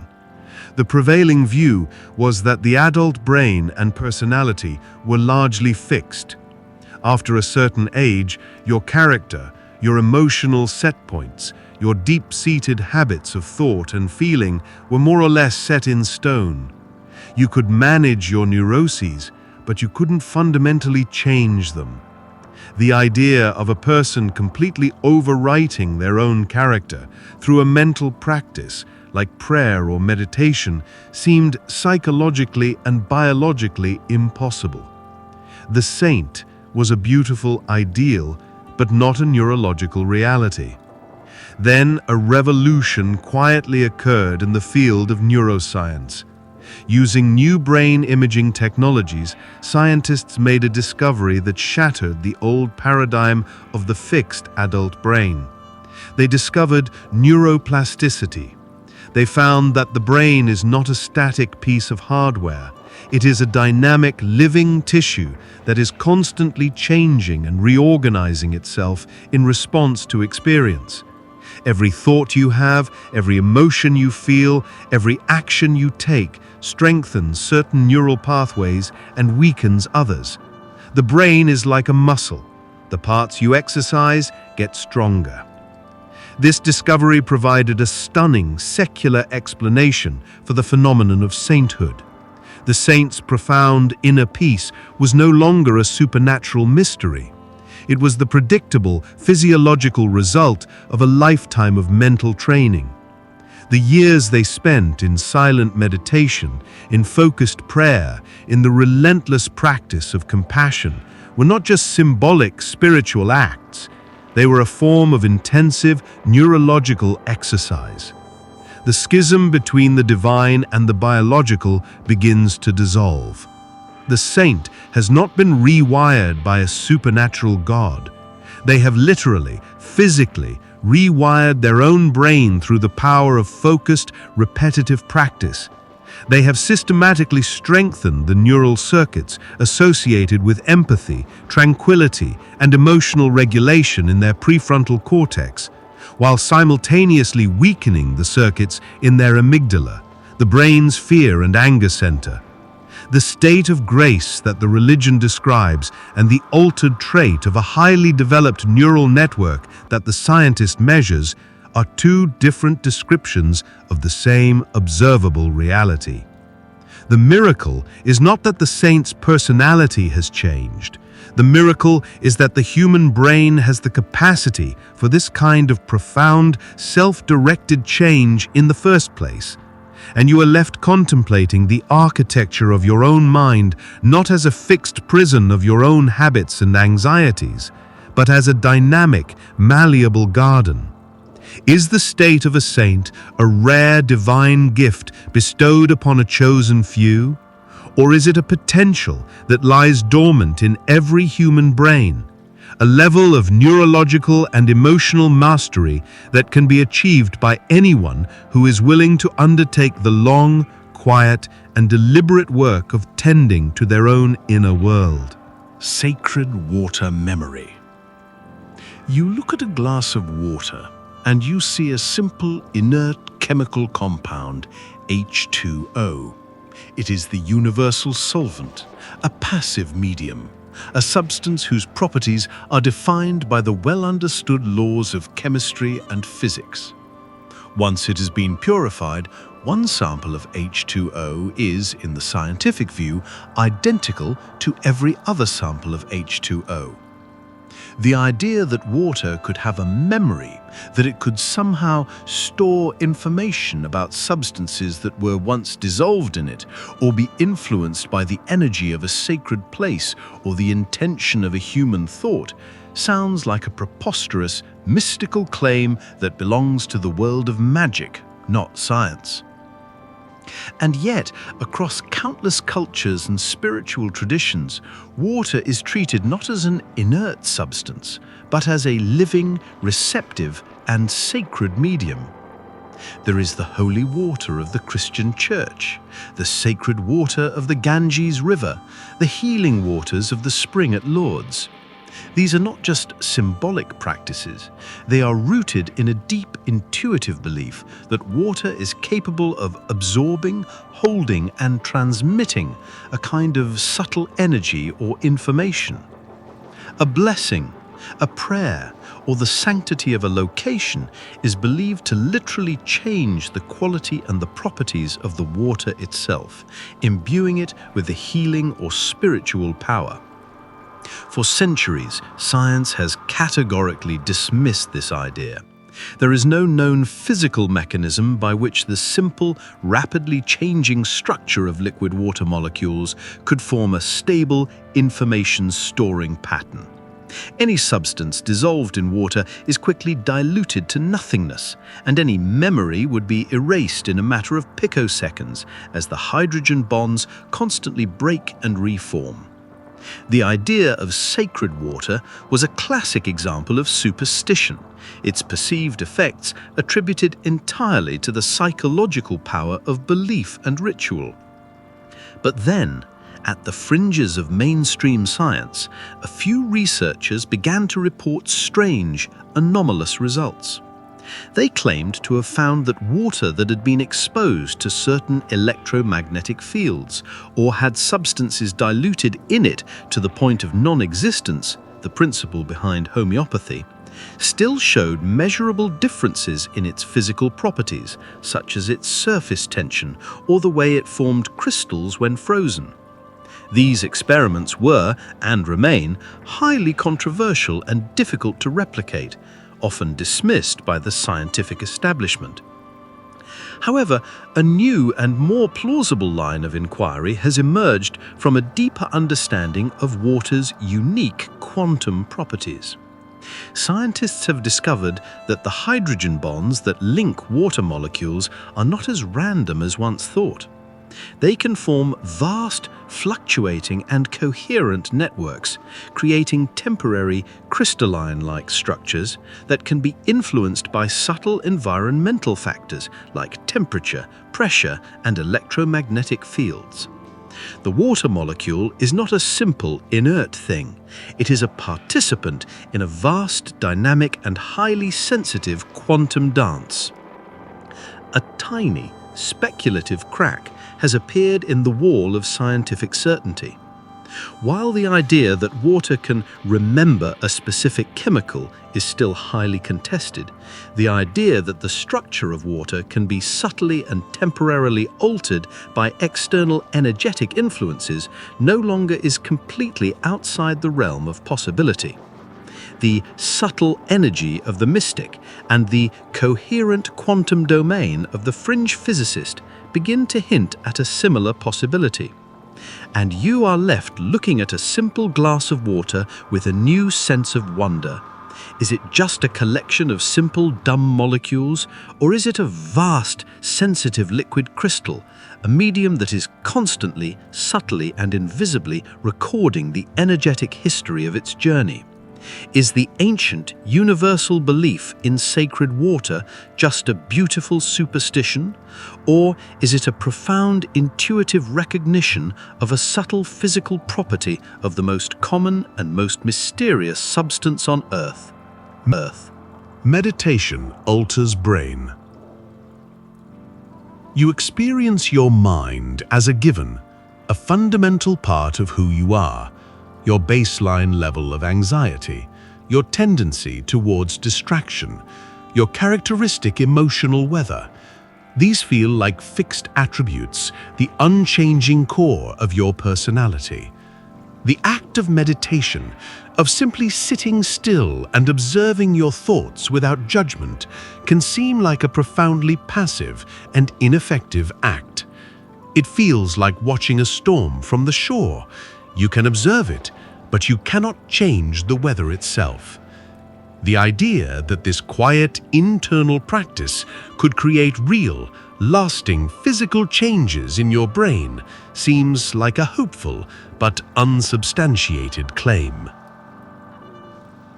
In the Buddhist and yogic traditions, however, meditation has been understood for thousands of years as the single most powerful form of mental training. It is not a passive act, but a highly active one. It is a systematic practice for reshaping the very structure of consciousness. The goal is not just to feel calm during the meditation session, but to fundamentally alter one's ingrained mental habits, to uproot negative emotional patterns, and to cultivate new, positive qualities like compassion, focus, and equanimity. It is seen as a form of mental alchemy, a way to transmute the lead of a chaotic mind into the gold of an enlightened one. For a long time, the Western scientific and psychological communities viewed these claims with skepticism. Meditation was seen as a simple relaxation technique.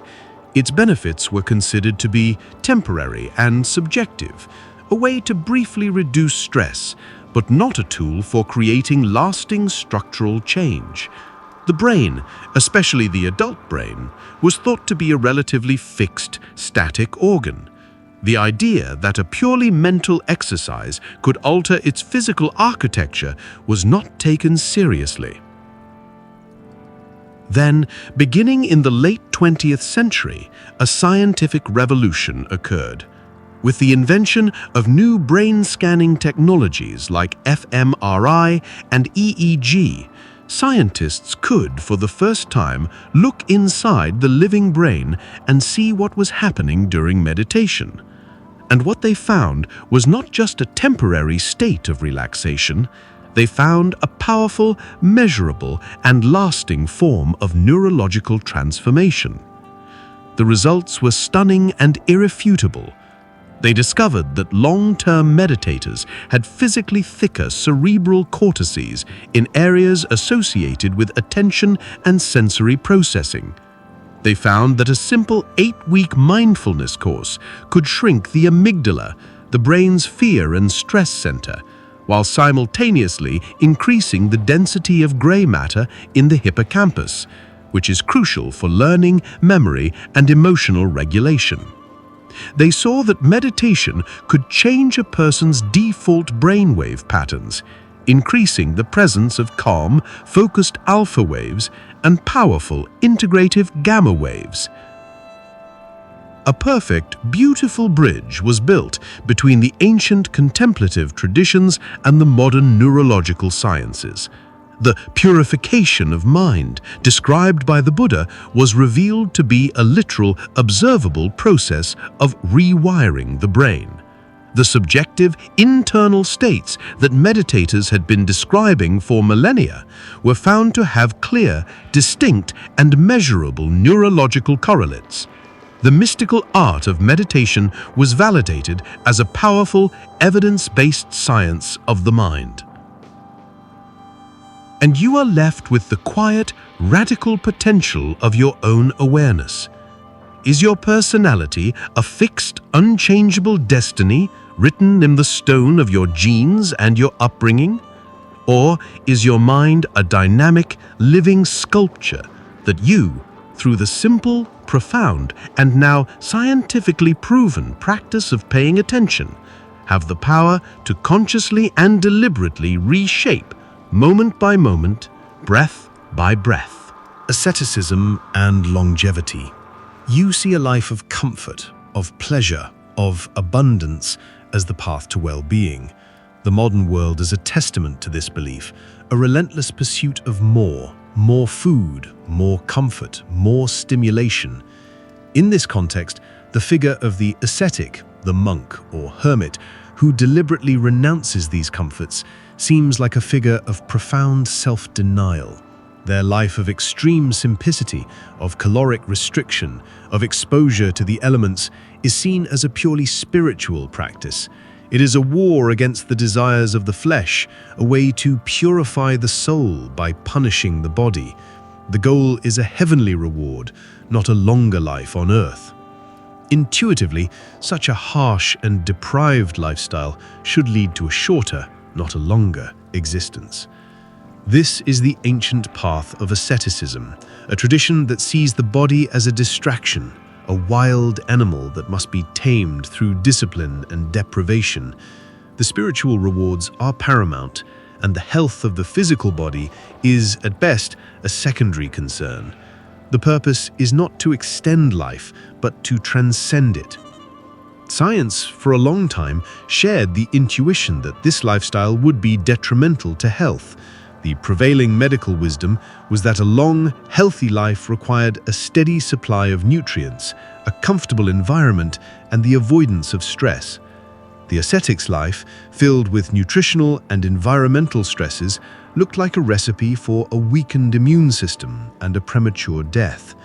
The practice was seen as a testament to the power of faith to override the basic biological instinct for self-preservation.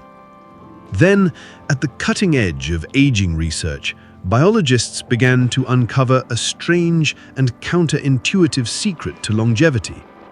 They discovered that one of the most powerful ways to slow down the aging process and extend lifespan in laboratory animals was through a process called hormesis. This is the principle that a small, manageable dose of stress can trigger a powerful, system-wide protective response in the body. When an organism is exposed to a mild stressor, like caloric restriction or exposure to moderate cold or heat, it doesn't just endure it, it overreacts. It activates powerful, ancient genetic pathways for survival and repair. It turns on genes that reduce inflammation, that improve cellular efficiency, and that protect DNA from damage. A stunning parallel appears. The very hardships that the ascetic deliberately chooses for spiritual reasons, fasting, simple food, living in a cold cell, are the exact same stresses that modern science has identified as powerful triggers for the body's longevity pathways. The monk, in his attempt to purify his soul by denying his body, was inadvertently activating the very genetic programs that would purify his body and extend his life. The schism between a spiritual practice and a biological mechanism dissolves. The renunciation of the flesh and the activation of Sichuan pathways begin to look like two different languages describing the same phenomenon. The ancient ascetic, through a wisdom born of intuition and tradition, had stumbled upon a powerful life extension technology. And you are left to contemplate the strange, paradoxical relationship between comfort and vitality. Is a long, healthy life a product of avoiding all stress and seeking maximum comfort? Or is our biology designed for a world of challenge, a world where the secret to a long life is not to avoid hardship, but to embrace it in small, deliberate, and sacred doses? Astral travel, or lucid dream. You experience the world from a single, fixed perspective. You are inside your body, looking out. This is the fundamental, undeniable reality of your waking life. But then there is the other reality, the world of dreams. In this world, the rules are different. Sometimes you experience the sensation of leaving your body, of floating weightlessly through your room, of passing through solid walls and traveling to distant places. You see your own sleeping body lying in your bed below you. This is the classic out-of-body experience, a phenomenon that feels profoundly, unshakably real. For millennia, this experience has been interpreted through a mystical or spiritual lens. It is called astral travel or soul projection. In this view, you are not dreaming. Your consciousness or your astral body has literally, physically separated from your physical body and is traveling in a real, parallel, non-physical dimension known as the astral plane. It is a proof of the existence of the soul, a direct, personal experience of a reality that exists beyond the material world. The experience is not a product of the brain. The brain is simply the anchor that the soul has temporarily left behind. Science, for most of its history, had a simple and entirely different explanation. The brain is the source of all experience. The out-of-body feeling is a particularly vivid and unusual type of dream, a neurological hallucination. It is a trick of perception, a breakdown in the brain's ability to correctly model its own position in space, likely occurring in the temporoparietal junction. It is a purely internal, subjective event, a fascinating but ultimately illusory product of brain chemistry. The experience feels real, but it is not. You have not gone anywhere. This created a stark, unbridgeable schism. One side claimed a literal journey into another dimension. The other claimed a purely internal brain state. There seemed to be no middle ground. Then the scientific study of dreams evolved, and researchers began to focus on the phenomenon of lucid dreaming, the state of becoming consciously aware that you are dreaming while still inside the dream. They found that lucid dreamers could, with practice, learn to control the dream environment with their thoughts. They could choose to fly, to change the scenery, to conjure objects out of thin air. And one of the most common things that lucid dreamers reported being able to do was to deliberately induce the experience of leaving their dream body and flying around the dream world. A new, more nuanced possibility begins to emerge, a bridge between the two opposing views. What if the astral traveler and the lucid dreamer are describing the exact same phenomenon, but using two different sets of language and belief to interpret it? What if the astral plane is not a separate external dimension, but a name for the incredibly rich, vivid, and interactive simulated reality that the human brain can create in a lucid dream state? In this view, the experience is not just a dream. It is a profound, immersive, and fully conscious exploration of a reality generated by one's own mind. The feeling of separation from the body is real. The ability to fly and pass through walls is real. The only difference is the location of this reality. Is it an external metaphysical plane or an internal neurological one? The schism becomes one of address, not of experience. And you are left to wonder about the nature of these strange nocturnal journeys. When you feel yourself floating above your own sleeping body, have you traveled to another world, or have you awoken to the incredible world-building power that lies dormant within the universe of your own mind? And in the end, is there really a difference? Immortality, myths and genes. You live with the certain knowledge of your own mortality. Your life is a finite story, a brief candle flame that will inevitably be extinguished. The dream of immortality, of a life that does not end, feels like humanity's oldest and most poignant fantasy. It is the central theme of our most ancient myths, from the epic of Gilgamesh, who quested for a plant that could grant eternal life, to the stories of the Fountain of Youth, the Philosopher's Stone, or the Elixir of Life. In these myths, immortality is always something external. It is a magical object to be found, a divine gift to be granted, a secret to be wrested from the gods. The default state of humanity is death, and immortality is a supernatural exception, a violation of the natural order. It is a state that must be acquired from an outside source. The stories are a testament to our deep, intuitive sense that our own biology is a clock that is relentlessly ticking down. Science, for its entire history, has confirmed this tragic intuition. The process of aging, or senescence, was seen as an inescapable consequence of the laws of physics and biology. The second law of thermodynamics dictates that all systems tend towards disorder. Our cells accumulate damage, our DNA makes errors when it copies itself, our biological machinery simply wears out. Aging was seen as a fundamental, unavoidable process of decay. The body was a machine with a limited warranty, and death was the inevitable final breakdown. The immortality myths were just that, myths.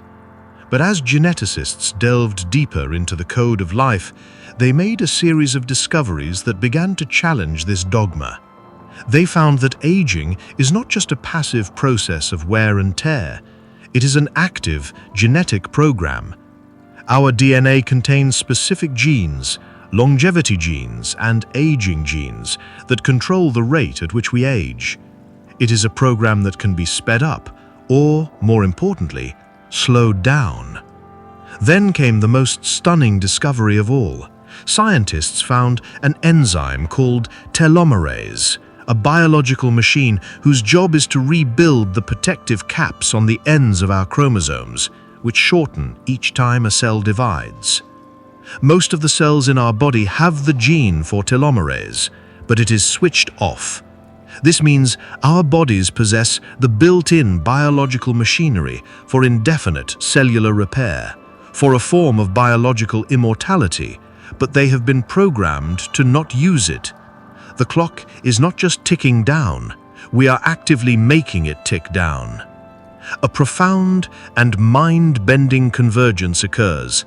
The ancient myth of a lost immortality and the modern scientific discovery of a suppressed immortality gene begin to tell a strangely similar story. The myth says we lost our immortality because we angered the gods. The science says we lost it because evolution favored a shorter lifespan and a faster reproductive cycle. But in both narratives, immortality is not an external thing to be found.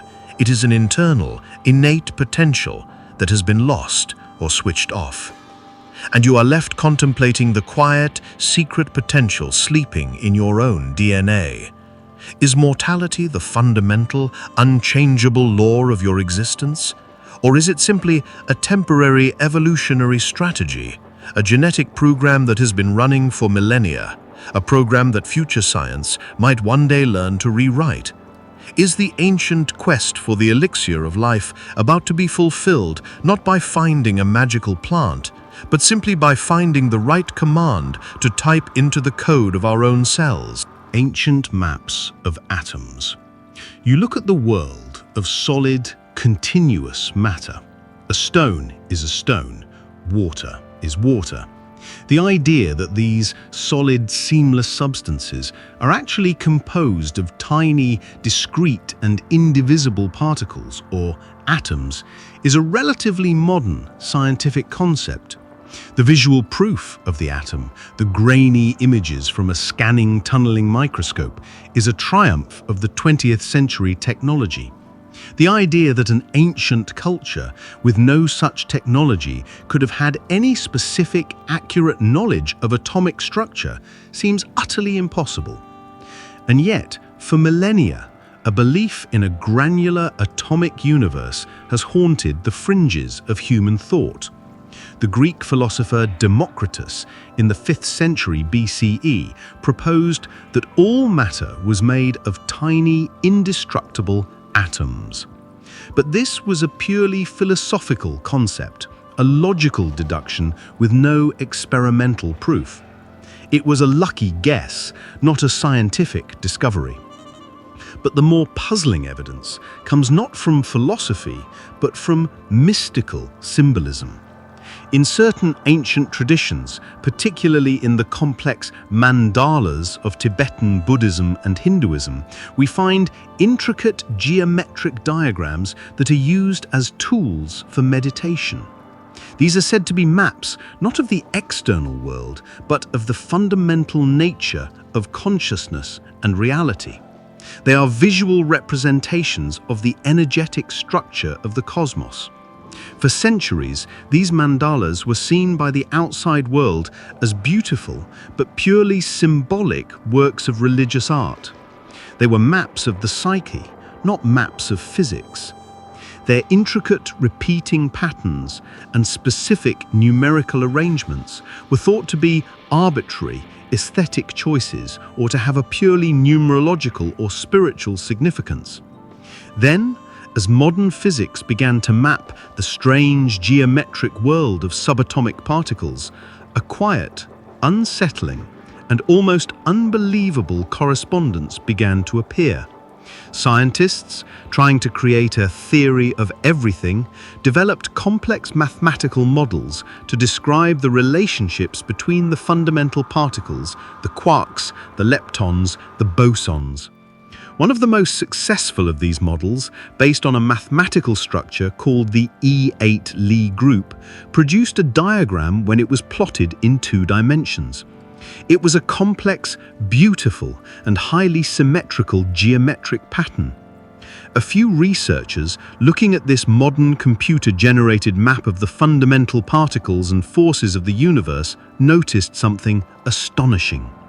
It was eerily, and in some cases, almost exactly identical to the geometric structure of some of the most sacred and secret ancient mandalas. The number of key points, the patterns of connection, the internal symmetries. The correspondence was too close to be a coincidence. A profound, inexplicable schism opens up in our understanding of history and knowledge. How could a group of ancient monks meditating in a Himalayan cave have created a diagram that perfectly mirrors a fundamental structure of reality that Western science would only discover thousands of years later, with the most advanced mathematics and supercomputers? It is a mystery that science has no answer for. Was it a staggering 1,000,000,000-to-1 coincidence? Or does it suggest that the human mind, in a state of deep, contemplative silence, can somehow directly perceive the fundamental geometric nature of reality, a truth that our formal science can only approach through the slow, laborious process of theory and experiment? And you are left to wonder, are these ancient diagrams just beautiful art?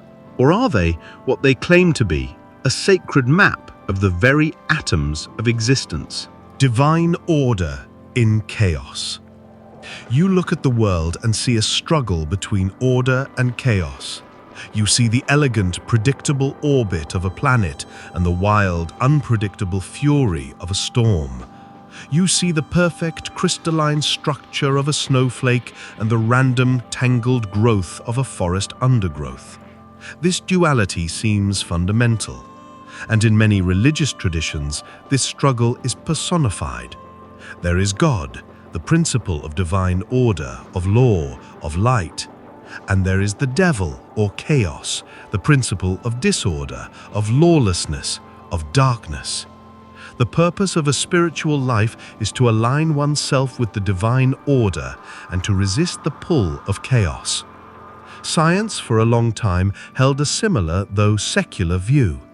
The universe was governed by a set of beautiful, orderly, and deterministic laws like Newton's laws of motion.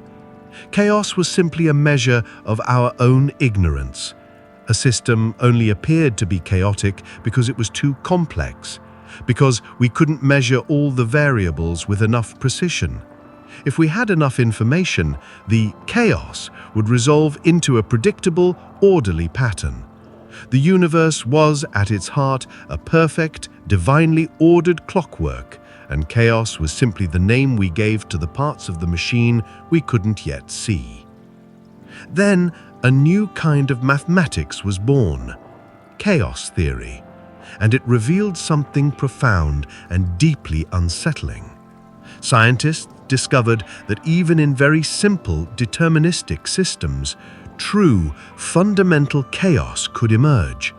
But more importantly, they found that within this chaos, there was a new, hidden, and breathtakingly beautiful kind of order. They discovered strange attractors, deep, elegant geometric patterns that governed the seemingly random behavior of a chaotic system. The chaos was not just a mess, it was a complex, intricate, and infinitely detailed dance following a set of rules that were both simple and profound. The most famous visual representation of this is the Mandelbrot set, a complex, infinitely detailed fractal shape generated by a shockingly simple equation. As you zoom in to its swirling, chaotic edges, you do not find a mess. You find smaller, perfect copies of the original shape, repeating forever. You find an infinite, hidden order within the heart of chaos itself. A stunning metaphorical bridge appears between the two worlds. The ancient, religious idea of a divine, hidden order that underpins the apparent chaos of the world, and the modern mathematical discovery of a deep, geometric order that underpins the behavior of chaotic systems begin to resonate with one another. The mystic who sees the hand of God in the unpredictable fury of a storm, and the chaos theorist who sees the elegant whirls of a strange attractor in the data from that same storm, are both, in their own way, perceiving the same truth. They are both seeing that chaos is not the absence of order, it is just a different and more complex kind of order. And you are left contemplating the seeming randomness of your own life, the unexpected twists and turns, the moments of unpredictable fortune and misfortune. Is it all just a chaotic, meaningless mess, or are you, like a single point in the Mandelbrot set, a part of a larger, hidden, and infinitely complex pattern, a divine order that is so vast and so intricate that it can only be perceived from your limited perspective as chaos? Faith healing versus placebo. You witness an act of what appears to be a miracle. A person attends a revival meeting filled with music, with fervor, with the passionate conviction of a charismatic preacher. The preacher lays a hand on their forehead, prays with a loud and certain voice, and declares them healed of a chronic, painful ailment. And the person in that moment feels their pain vanish. They feel a surge of vitality, of well-being. They stand up and testify with tears of gratitude that they have been healed by the power of God, by the faith of the preacher. This is the phenomenon of faith healing, an event attributed to the direct, miraculous intervention of an external divine power. Science, for centuries, has looked upon such events with a deep and unwavering skepticism. The universe does not bend its rules for a charismatic preacher. The laws of biology and chemistry do not get suspended by a fervent prayer. The explanation from a scientific perspective was simple. This was a powerful but purely psychological event. The person was not healed by God, they were healed by the placebo effect, a phenomenon where a person's own powerful belief that they are being healed can trigger real, physiological changes in their own body. The preacher was not a conduit for divine power. They were simply a master of suggestion, a charismatic figure who could induce a state of profound belief in the patient. This created a stark, unbridgeable divide. One side claimed an external divine miracle, the other claimed an internal psychological illusion. One saw the hand of God, the other saw the power of the human mind to trick itself. But as our understanding of the placebo effect has become more sophisticated, this clear, simple line has begun to dissolve into a profound and fascinating mystery. Neuroscientists have discovered that the placebo effect is not just a trick of the mind. When a person believes they are being healed, their brain releases its own powerful endogenous opioids, the body's natural painkillers, which are chemically similar to morphine. Their immune system activity changes, their brain patterns shift. The psychological event of belief creates a cascade of real, measurable biological events. The placebo effect is not an illusion. It is a demonstration of the mind's direct, powerful, and still poorly understood ability to regulate the body. It is a form of self-healing triggered by an external cue. And in this new light, the faith healing event is transformed. The schism between the two explanations begins to collapse. What if the faith healer is not a fraud, but an unknowing master of inducing the most powerful placebo response imaginable? What if the revival meeting, with its music, its collective emotion, its authoritative charismatic leader, is the perfect scientifically designed environment for focusing a person's belief to a laser-like point, allowing them to unlock their own dormant inner pharmacy? The question is no longer, was it God or was it a placebo? The question becomes, is the placebo effect the mechanism by which faith healing works?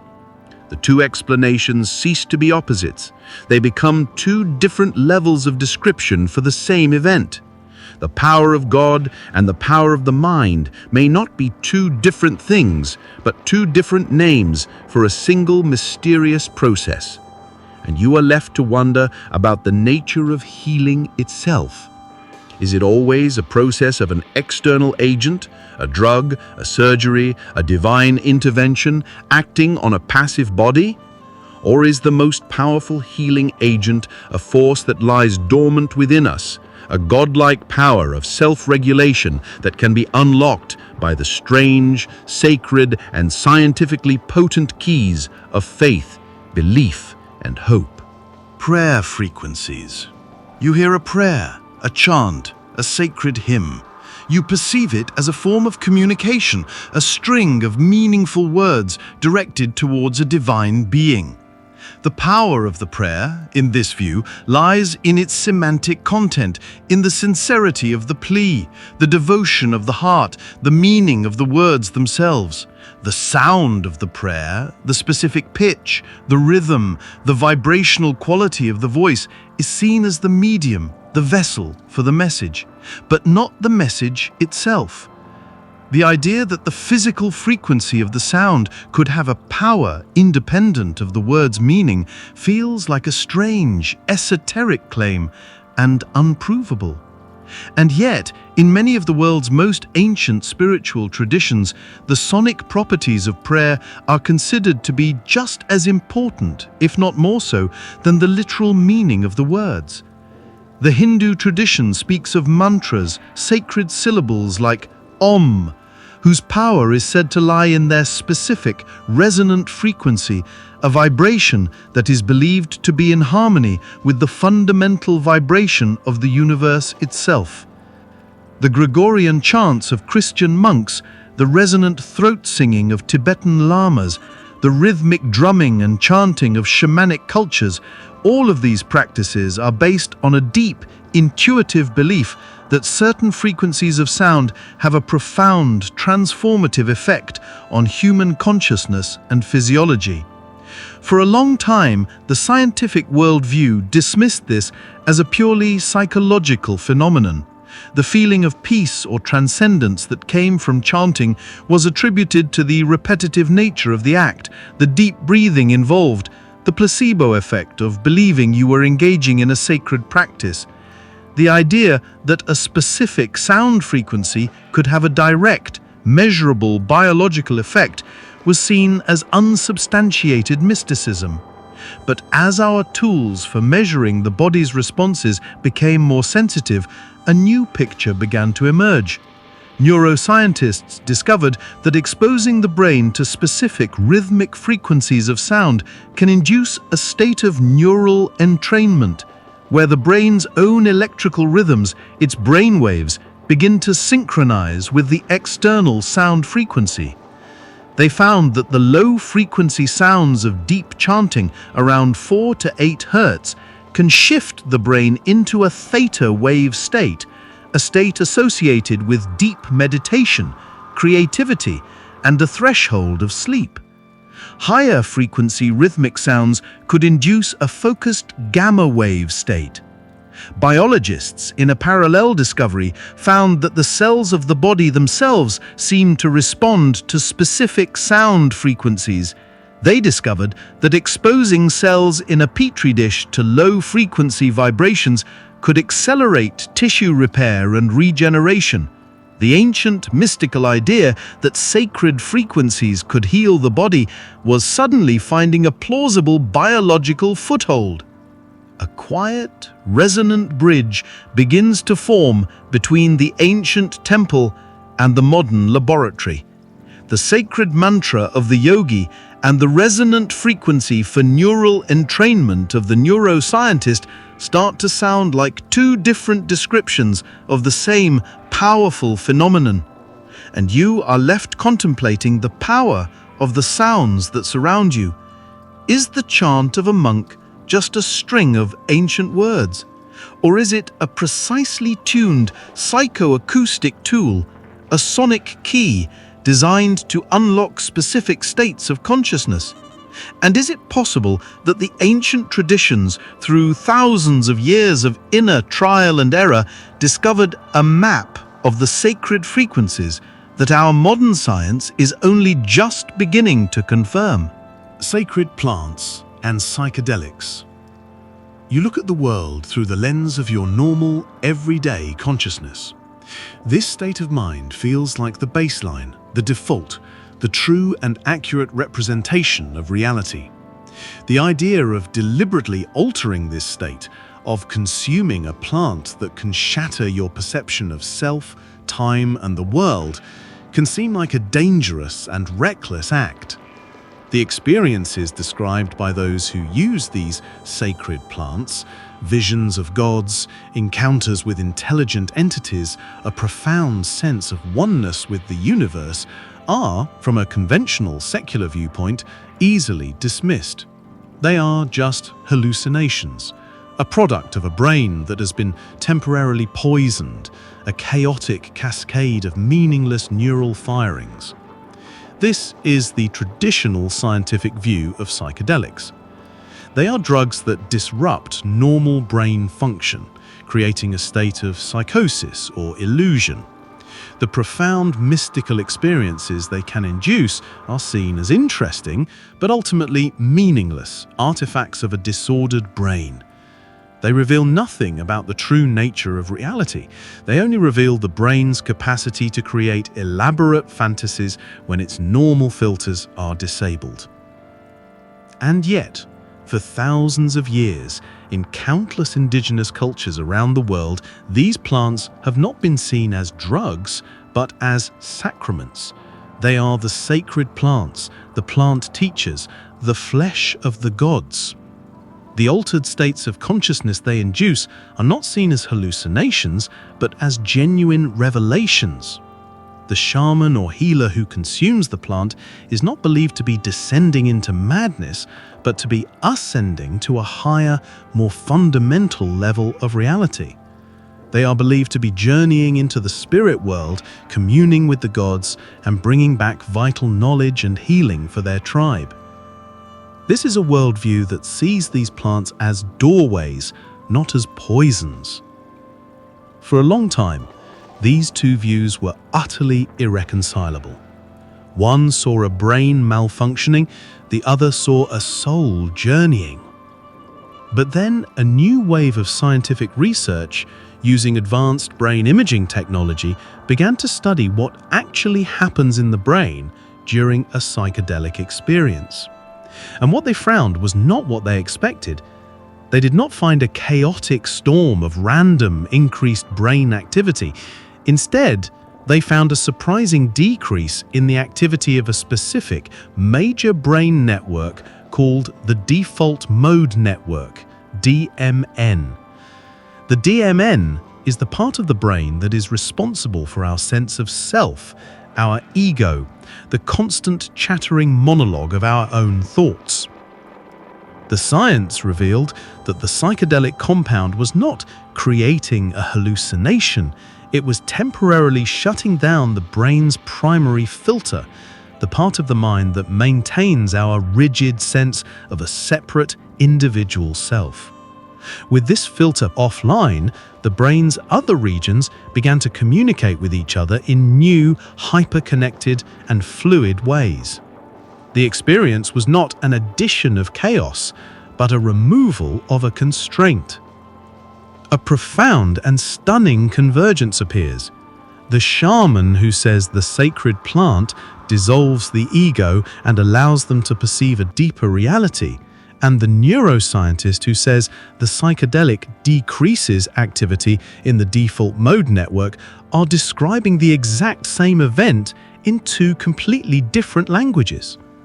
The journey to the spirit world and the state of hyper-connected brain entropy may be two perspectives on a single, mysterious phenomenon. And you are left to wonder about the nature of your own normal, everyday reality.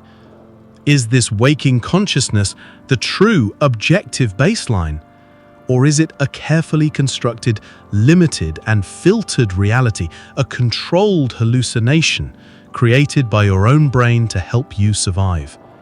And are the sacred plants a doorway to madness or a temporary key that unlocks the door of our perception, allowing us for a few brief, terrifying and beautiful hours to see what lies beyond? Angels and higher dimensions. You experience the world in 3 spatial dimensions: length, width, and height. This is the solid, intuitive, and seemingly complete reality of your physical existence. The idea of angels or other non-human intelligent beings, as described in religious texts, feels like a concept that belongs to a separate, supernatural realm. They are beings of spirit, not of flesh, who can appear and disappear at will, who can know things without being told, who can move through our world in ways that seem to defy the laws of physics. For the skeptic, they are myth, metaphor, or hallucination. In the religious worldview, angels are messengers of God, beings who exist in a higher, heavenly plane, but who can, at times, intersect with our own. They are not bound by our physical limitations. They are inhabitants of a different order of reality. a reality that is as real as our own, but which operates on a different set of principles. They are non-physical beings who can temporarily manifest in a physical seeming form. Science, for its entire history, has had no place for such entities. The universe consists of the three dimensions we can see, plus the dimension of time. There is no evidence for any other plane of existence, and no known law of physics that could account for a being who could pass through walls or appear out of thin air. The angel was a purely theological concept, a creature of faith with no footing in the physical world. But then, at the turn of the 20th century, mathematics and physics began to suggest that our three-dimensional perception might be a profound limitation, not a complete picture. Einstein's relativity united space and time into a four-dimensional fabric. Later, in an attempt to unify the forces of nature, theories like Kaluza-Klein theory and more recently string theory began to require the existence of extra, hidden spatial dimensions. These dimensions are not a supernatural realm.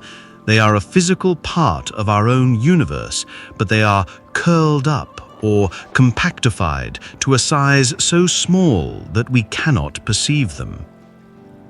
A strange and speculative thought experiment begins to take shape. What if a being could exist and move within these higher dimensions? To us, a three-dimensional creature, such a being would appear to have magical, miraculous powers. Imagine a two-dimensional flatlander living on a sheet of paper. If you, a three-dimensional being, were to pass your finger through their world, what would they see? They would not see your whole hand. They would see a small, two-dimensional circle that appeared out of nowhere, perhaps changed its shape, and then vanished just as mysteriously. A quiet, mind-bending resonance appears.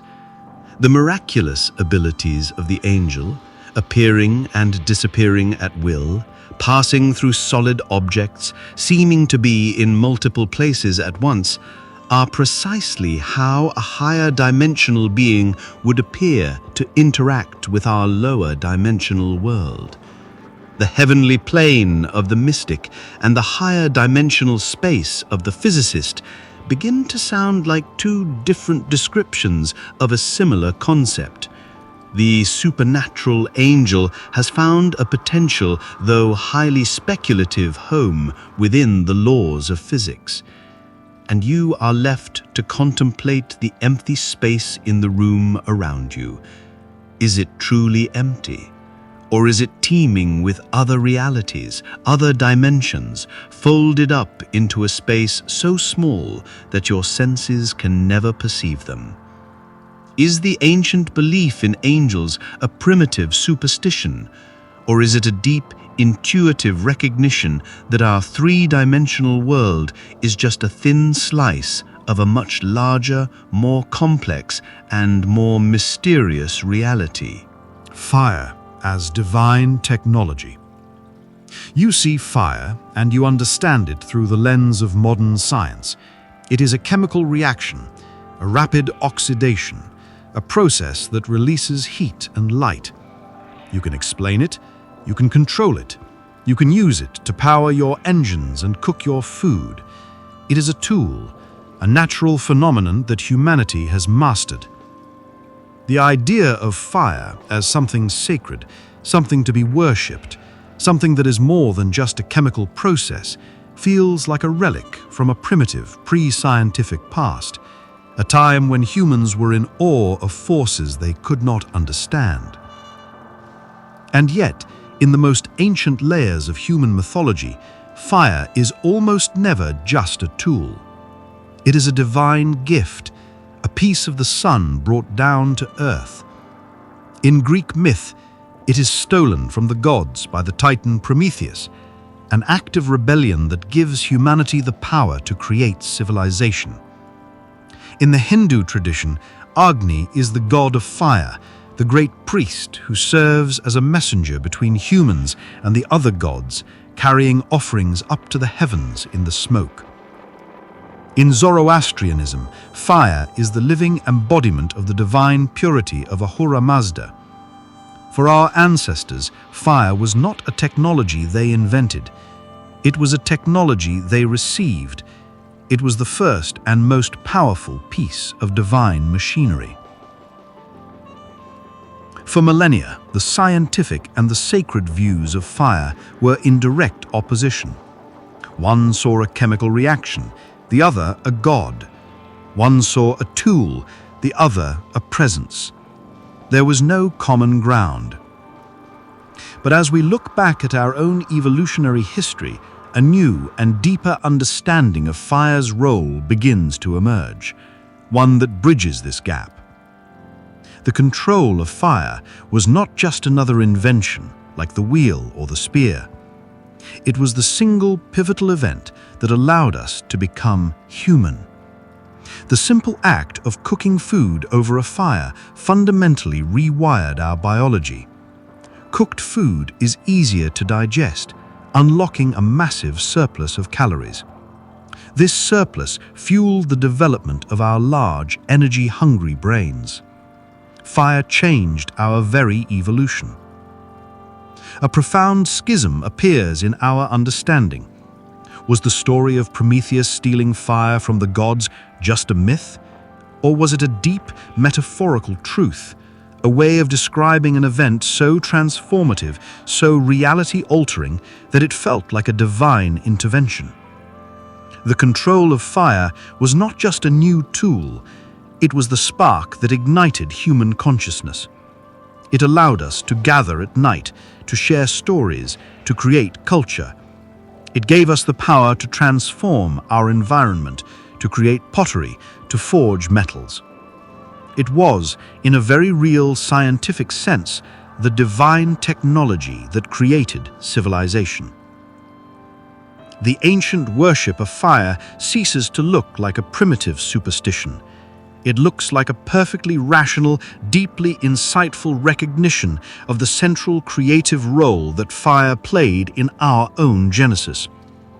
The god Agni, the messenger, was literally the force that allowed for the development of the brain that could conceive of other gods. The stolen fire of Prometheus was the literal spark of our own intelligence. And you are left looking at the small, flickering flame of a candle. Is it just a simple chemical reaction? Or are you looking at the very force that made you who you are? The ancient divine technology that reached down from the sun and turned a clever ape into a thinking, dreaming, storytelling human being. Times and Entropy.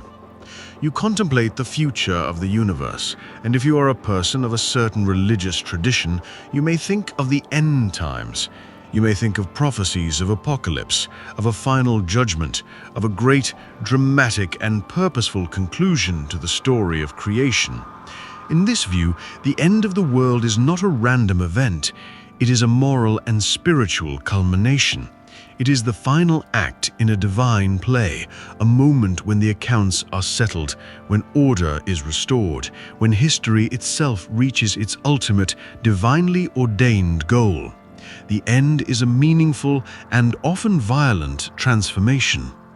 Science, for a long time, offered a very different vision of the end. It was not a dramatic, purposeful event, but a slow, quiet, and meaningless fading into nothingness.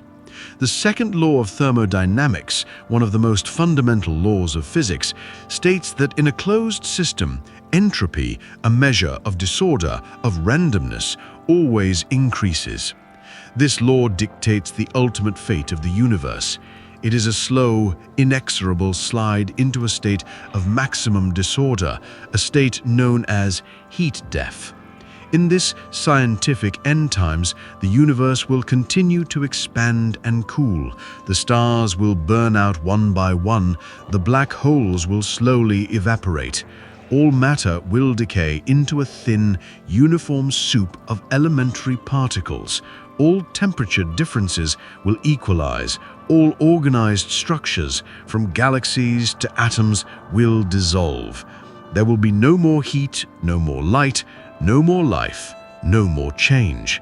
There will be only a vast, cold, dark, and perfectly disordered equilibrium.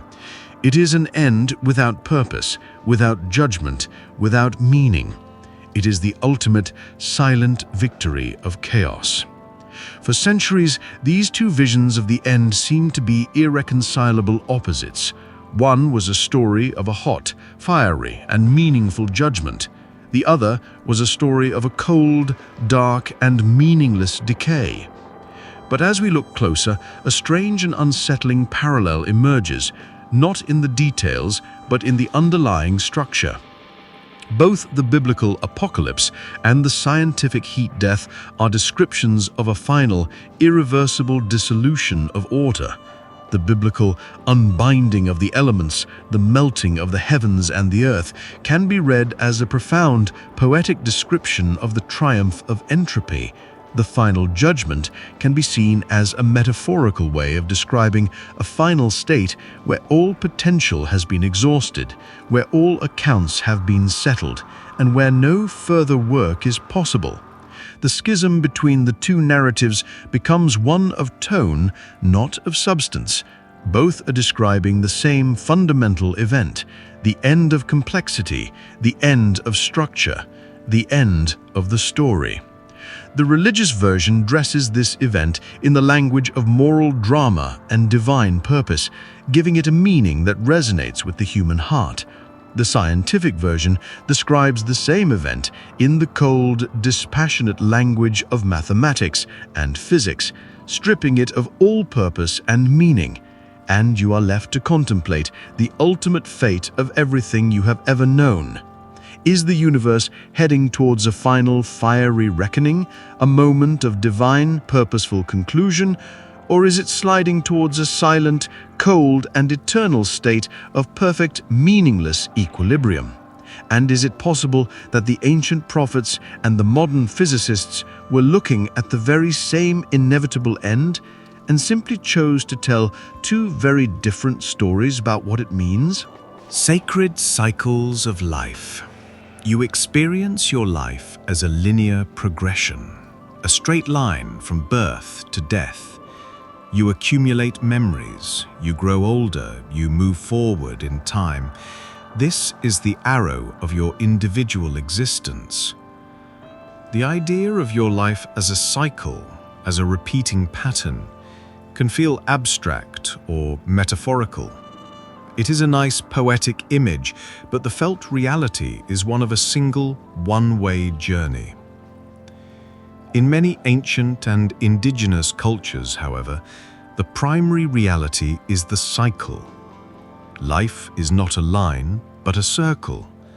The seasons turn, the moon waxes and wanes, and human life is seen as a reflection of these great cosmic rhythms.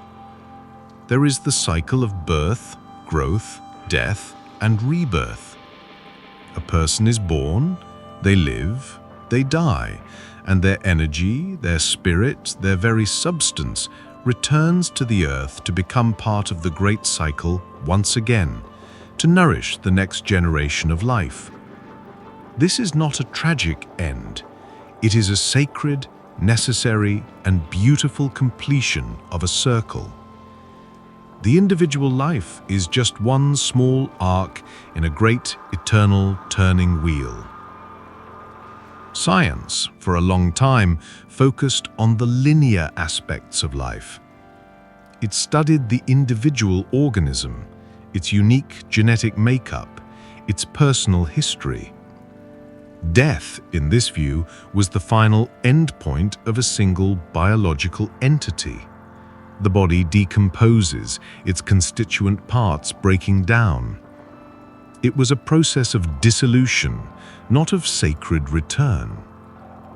The idea of a sacred cycle was seen as a comforting pre-scientific myth, a way of softening the hard finality of individual extinction. But as the science of ecology deepened, it began to tell a story that sounded remarkably similar to the ancient cyclical worldview. Ecologists discovered that the world is not a collection of separate organisms, but a single, vast, interconnected system, a biosphere, and the fundamental law of this system is the cycle. They discovered the carbon cycle, the nitrogen cycle, the water cycle. They found that nothing is ever lost. Every atom in your body was once part of a star, part of the earth, part of countless other living things before you. The death of an organism in this ecological view is not an end point. It is a crucial, creative, and sacred act. The body decomposes, and its complex molecules are broken down by a web of bacteria, fungi, and insects, releasing the nutrients back into the soil. These nutrients are then taken up by the roots of a plant, which is eaten by an animal, and the atoms that were once you become part of a new life. The individual life ends, but the life of the system, the great interconnected whole, continues. A profound and beautiful harmony appears. The ancient spiritual wisdom that your life belongs to the earth and must be returned to it, and the modern scientific understanding of nutrient cycling in an ecosystem are two different languages describing the exact same fundamental truth. The sacred cycle of life and death of the indigenous elder and the biogeochemical pathway of the ecologist are pointing to the same beautiful and inescapable reality.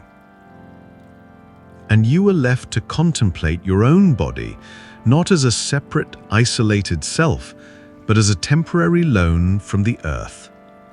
You are a brief, complex, and beautiful arrangement of atoms that were once stardust and will one day be wildflowers. Is your death the end of your story? Or is it simply the moment when your chapter in the great, sacred, and scientifically undeniable story of the earth is finally and beautifully returned to the library? Taboo and Evolution. You encounter the concept of a taboo, a sacred prohibition against a certain act or object. In the traditional religious worldview, a taboo is a divine commandment, a law handed down from God or the spirits.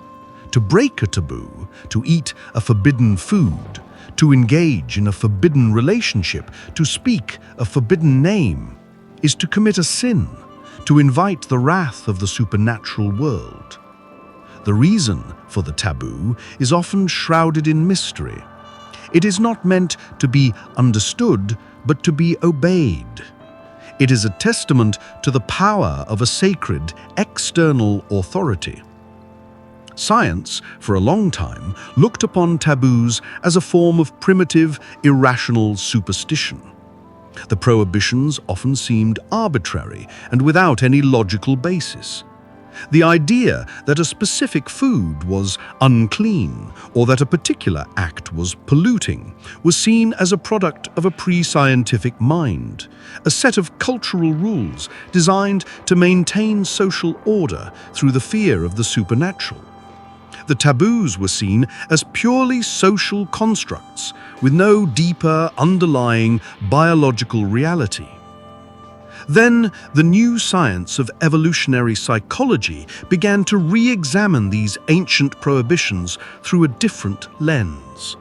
They asked a simple, powerful question. What if these taboos, which seemed so irrational on the surface, are actually a form of encoded evolutionary wisdom?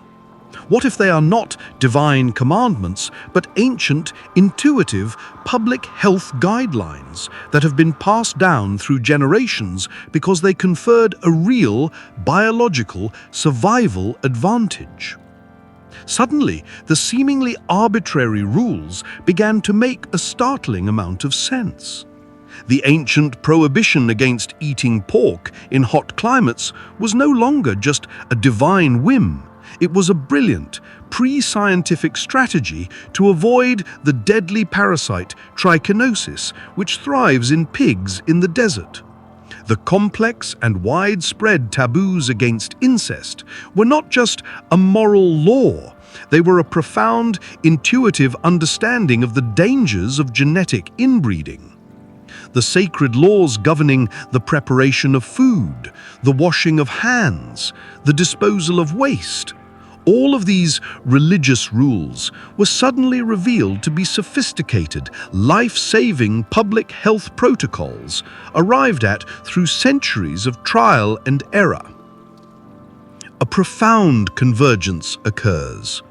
The divine commandment of the priest and the adaptive behavioral strategy of the evolutionary psychologist begin to look like two different languages describing the same functional wisdom.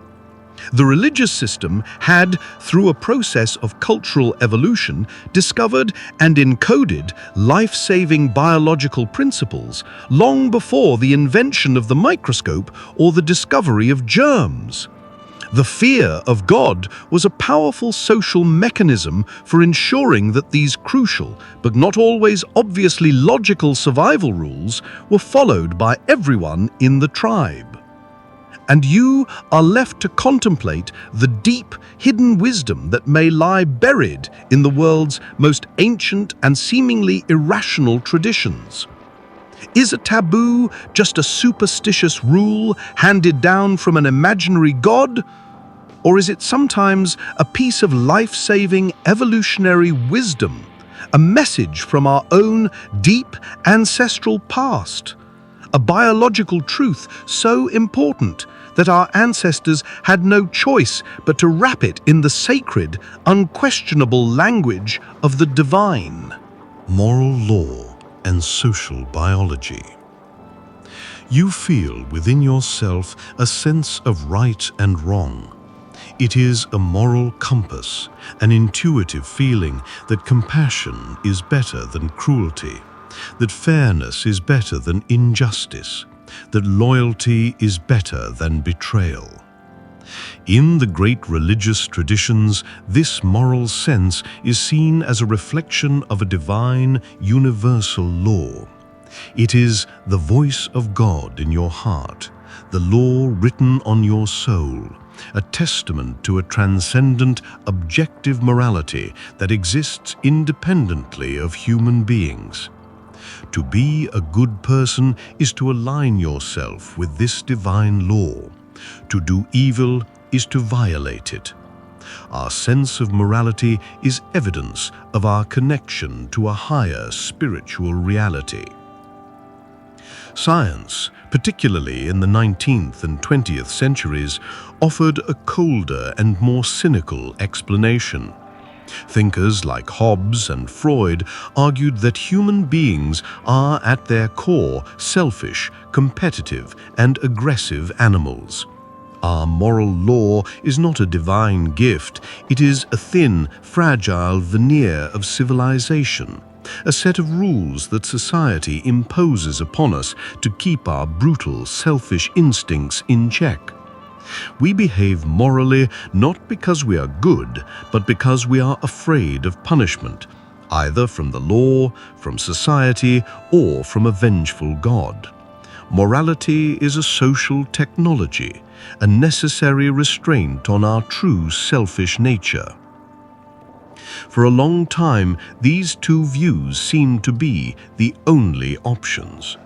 Either our morality was a gift from God, or it was a fragile cage we built to contain the beast within. But in the late 20th century, a new scientific perspective emerged from the fields of evolutionary biology and social neuroscience. Scientists began to discover that the very virtues that religion had claimed as divine were in fact powerful, adaptive, and genetically encoded survival strategies. They found that our brains are hardwired for empathy, for cooperation, for fairness, for altruism. These were not just cultural rules, they were biological instincts.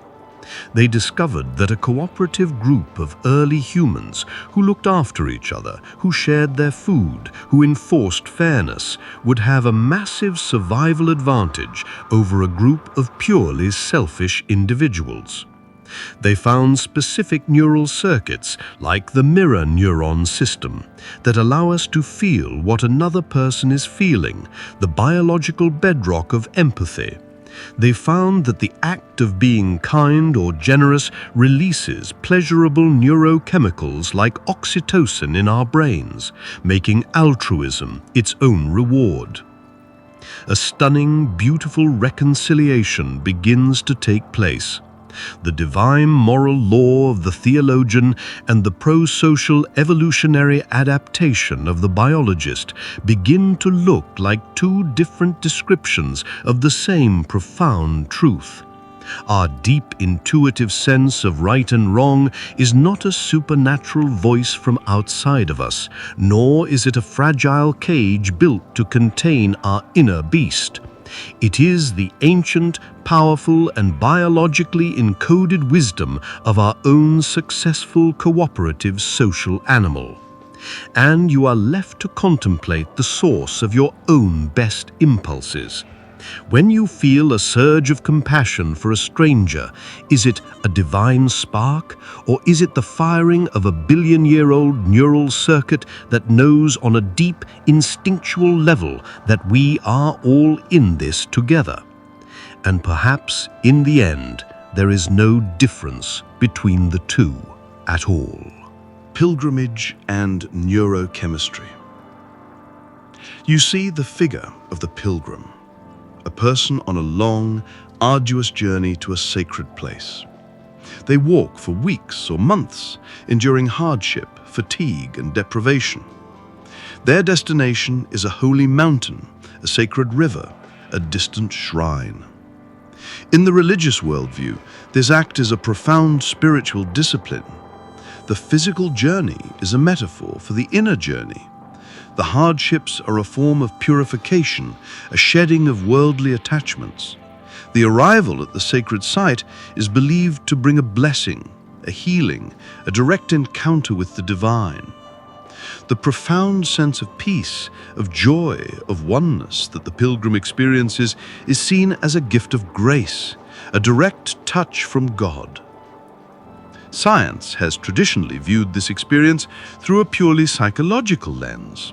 The pilgrim's journey is a powerful symbolic act. The hardships they endure create a state of heightened emotional and psychological suggestibility. The arrival at a place that they have been taught to believe is holy, surrounded by other believers, triggers a powerful placebo effect, a release of emotion and a sense of meaning that is generated by their own beliefs and expectations. The experience is real, but its source is internal, a product of human psychology, not an encounter with an external divine presence. But as neuroscience has developed more sophisticated ways to study the brain, a new, more nuanced and more interesting picture has begun to emerge, one that bridges the gap between these two explanations. Scientists have begun to understand that the very activities that constitute a pilgrimage, the prolonged rhythmic walking, the exposure to nature and sunlight, the reduction in food intake, the social connection with fellow pilgrims are all, independently, powerful triggers for profound changes in our own neurochemistry. They have found that long-distance aerobic exercise, like walking for many hours a day, floods the brain with endorphins, the body's natural opioids, creating a state of mild euphoria and reduced pain. They know that exposure to sunlight boosts serotonin levels, a key neurotransmitter for mood and well-being. They know that periods of fasting can increase levels of brain-derived neurotic factor BDNF, a protein that promotes the growth of new neurons and has antidepressant effects. They know that a sense of shared purpose and social connection releases oxytocin, the bonding hormone, which creates feelings of trust and love. A stunning realization dawns. The traditional pilgrimage is, from a purely neurological perspective, a perfectly designed, multifaceted technology for altering consciousness and inducing a state of profound well-being. The ancient religious traditions, through centuries of intuitive, spiritual trial and error, have created a ritual that is a powerful recipe for changing the very chemistry of the human brain. The schism between the gift of grace and the neurochemical shift begins to dissolve. They are not competing explanations, they are different levels of description for the same event. The feeling of divine peace that the pilgrim experiences is not a mere psychological effect. It is the real, subjective experience of their own brain, flooded with a powerful cocktail of self-generated, benevolent neurochemicals. And you are left to wonder at the deep, intuitive wisdom of these ancient practices. Did the first pilgrims set out on their long journeys because a god told them to? Or did they discover, through a deep listening to their own bodies and minds, that a long walk to a beautiful place was a reliable, powerful, and sacred technology for healing the human soul? Sacred rituals as biohacks. You watch a sacred ritual unfold. It might be a solemn high mass with its incense, its chanting, and its precise choreographed movements. It might be a vibrant, ecstatic shamanic ceremony with its rhythmic drumming, its dancing, and its altered states of consciousness. From a modern, secular viewpoint, these rituals can appear to be elaborate symbolic performances, a series of traditional and perhaps beautiful, but ultimately arbitrary actions. The meaning is in the shared belief of the participants, in the story they are telling themselves. The rituals themselves are just the stage dressing for a purely psychological event. In the religious worldview, of course, a ritual is much more than this. It is a sacred technology, a prescribed method for creating a bridge between the human world and the divine world. The specific words, the specific gestures, the specific timing, these are not arbitrary. They are a formula, a spiritual recipe that has been handed down because it works.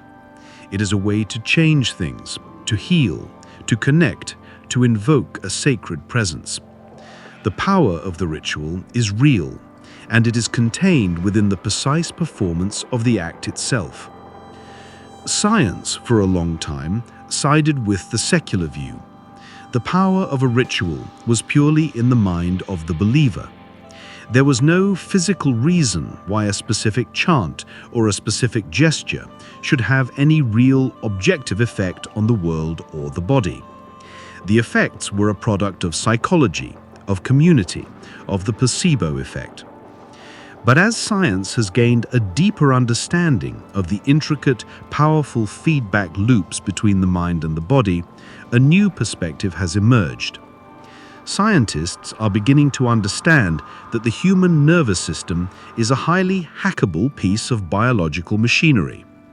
And they are discovering that the very elements that make up a sacred ritual are, from a modern neurological perspective, a powerful series of biohacks, specific targeted inputs that are designed to create a powerful, predictable shift in a person's biological and psychological state.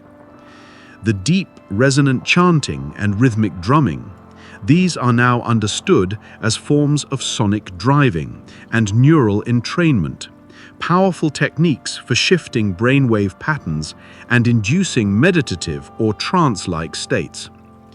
The focused, repetitive movements of a ritual dance or a series of liturgical gestures, this is a way to quiet the analytical mind and enter a state of flow, a state of deep embodied presence. The use of incense and specific scents. This directly stimulates the limbic system, the most ancient and emotional part of the brain. the communal, synchronized nature of the ritual. This triggers the release of oxytocin and endorphins, creating a powerful sense of bonding and collective effervescence. A profound and fascinating convergence appears. The ancient shaman or priest, who claimed to have a sacred technology for changing consciousness, and the modern biohacker, who uses sound machines and controlled breathing to alter their brain state, are doing almost the exact same thing. The ancient traditions, through thousands of years of human experimentation, have created incredibly sophisticated multimodal technologies for deliberately and skillfully hacking the human nervous system. And you are left to look at the world's ancient rituals not as superstitious performances, but as highly advanced, open-source psycho-spiritual technologies. Was the first shaman who discovered the power of a drumbeat just a lucky musician? Or was he one of the world's first neuroscientists, a brilliant, intuitive researcher who discovered a reliable, repeatable method for changing the software of the human mind? Evil as disorder. You grapple with the concept of evil. In many religious and mythological traditions, evil is personified. It is an active, malevolent force in the universe, a devil, a demon, a spirit of darkness. It is an external entity that tempts, corrupts, and seeks to destroy the good. In this view, a person who commits an evil act is often seen as being possessed by or in league with this external power. Evil is a presence, a force with its own agency and intelligence, a cosmic antagonist in a great divine drama. A more modern, secular view sees evil not as a force, but as a flaw in human character. It is a product of cruelty, of selfishness, of a lack of empathy. It is a psychological problem, a moral failing. An evil person is a bad seed, a psychopath, a person who chooses to inflict suffering on others. In this view, evil is a matter of a corrupt individual will. Both of these views see evil as an active, positive thing, either an invading force or a malicious intent. But there is a third, more subtle, and perhaps more profound perspective that can be found in both ancient philosophy and modern science. This is the idea of evil not as a presence, but as an absence. In certain philosophical and mystical traditions, from Plato to St. Augustine, evil is not a thing in itself. It is a privation of the good. It is a lack of order, a state of disharmony, a movement away from a natural, healthy, and integrated state of being. A person is not evil because they are filled with a dark force, but because they are lacking in a connection to the good, to the divine, to their own true nature. Evil is a state of profound disorder. For a long time, this was a purely philosophical or theological concept. But as science has delved into the complex systems of biology and psychology, it has begun to arrive at a strikingly similar conclusion. In systems theory, health, whether in an ecosystem or a human body, is defined as a state of complex, interconnected, and self-regulating order. Disease, in this view, is not an evil entity that attacks the system.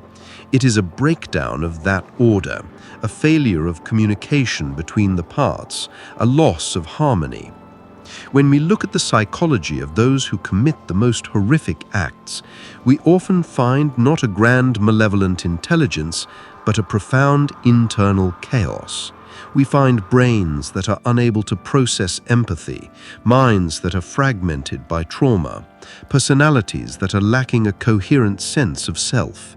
The evil act is often a symptom of a deep internal disorder. It is a lashing out from a system that has lost its own internal coherence. A quiet, powerful convergence appears, the ancient philosophical idea of evil as a privation of the good, and the modern systems-based understanding of disease and dysfunction as a loss of order begin to resonate with one another. Both are pointing to the same conclusion. What we call evil is not a force to be fought, but a harmony that has been lost. It is a symptom of a system that is breaking down. Sacred silence and brainwaves. You live in a world of constant noise, not just the physical noise of traffic and machinery, but the internal noise of a chattering, restless mind. Silence, in this modern context, is often just an absence, an empty space between sounds, a void that can feel uncomfortable or even threatening. The idea of deliberately seeking out and dwelling in absolute silence can seem like a passive, empty, and unproductive act. And yet, in nearly every contemplative and mystical tradition on earth, silence is not an absence, it is a presence, it is a destination. Monks and nuns take vows of silence. Yogis retreat to silent caves. Mystics seek the still, small voice that can only be heard when all other noises have ceased. In these traditions, silence is seen as a sacred space, a gateway to a deeper reality, a profound spiritual technology for communing with the divine. It is not an emptiness to be endured, but a fullness to be entered. The goal is not just to quiet the outside world, but to quiet the inner one, to still the relentless monologue of the ego. Science, for a long time, had little to say about this. Silence was simply the lack of auditory input. The brain, in a silent environment, was assumed to be in a neutral, resting state.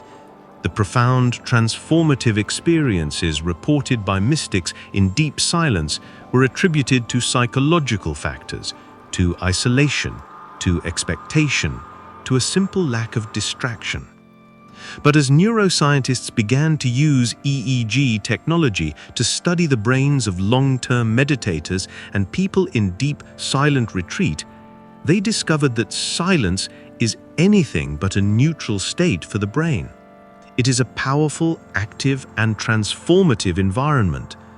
They found that in deep silence, especially when combined with a contemplative practice, the brain's activity undergoes a dramatic and measurable shift. The frantic, scattered beta waves associated with normal waking thought begin to subside. They are replaced by the slower, more coherent alpha waves of deep relaxation and light meditation. As the silence deepens, the brain can shift further into the theta wave state, a mysterious, dreamlike realm of profound creativity, intuition, and memory consolidation. And in the most practiced contemplatives, scientists have observed powerful, synchronized bursts of gamma waves, a state associated with moments of profound insight, compassion, and feeling of oneness with all things. A beautiful and precise correlation appears.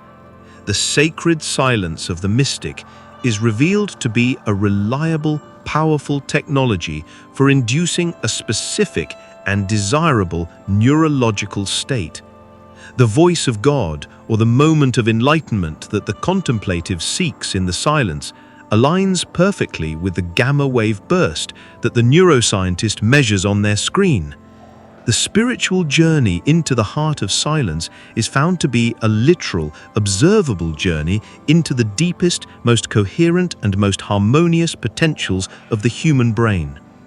And you are left to contemplate the noise of your own life, both internal and external.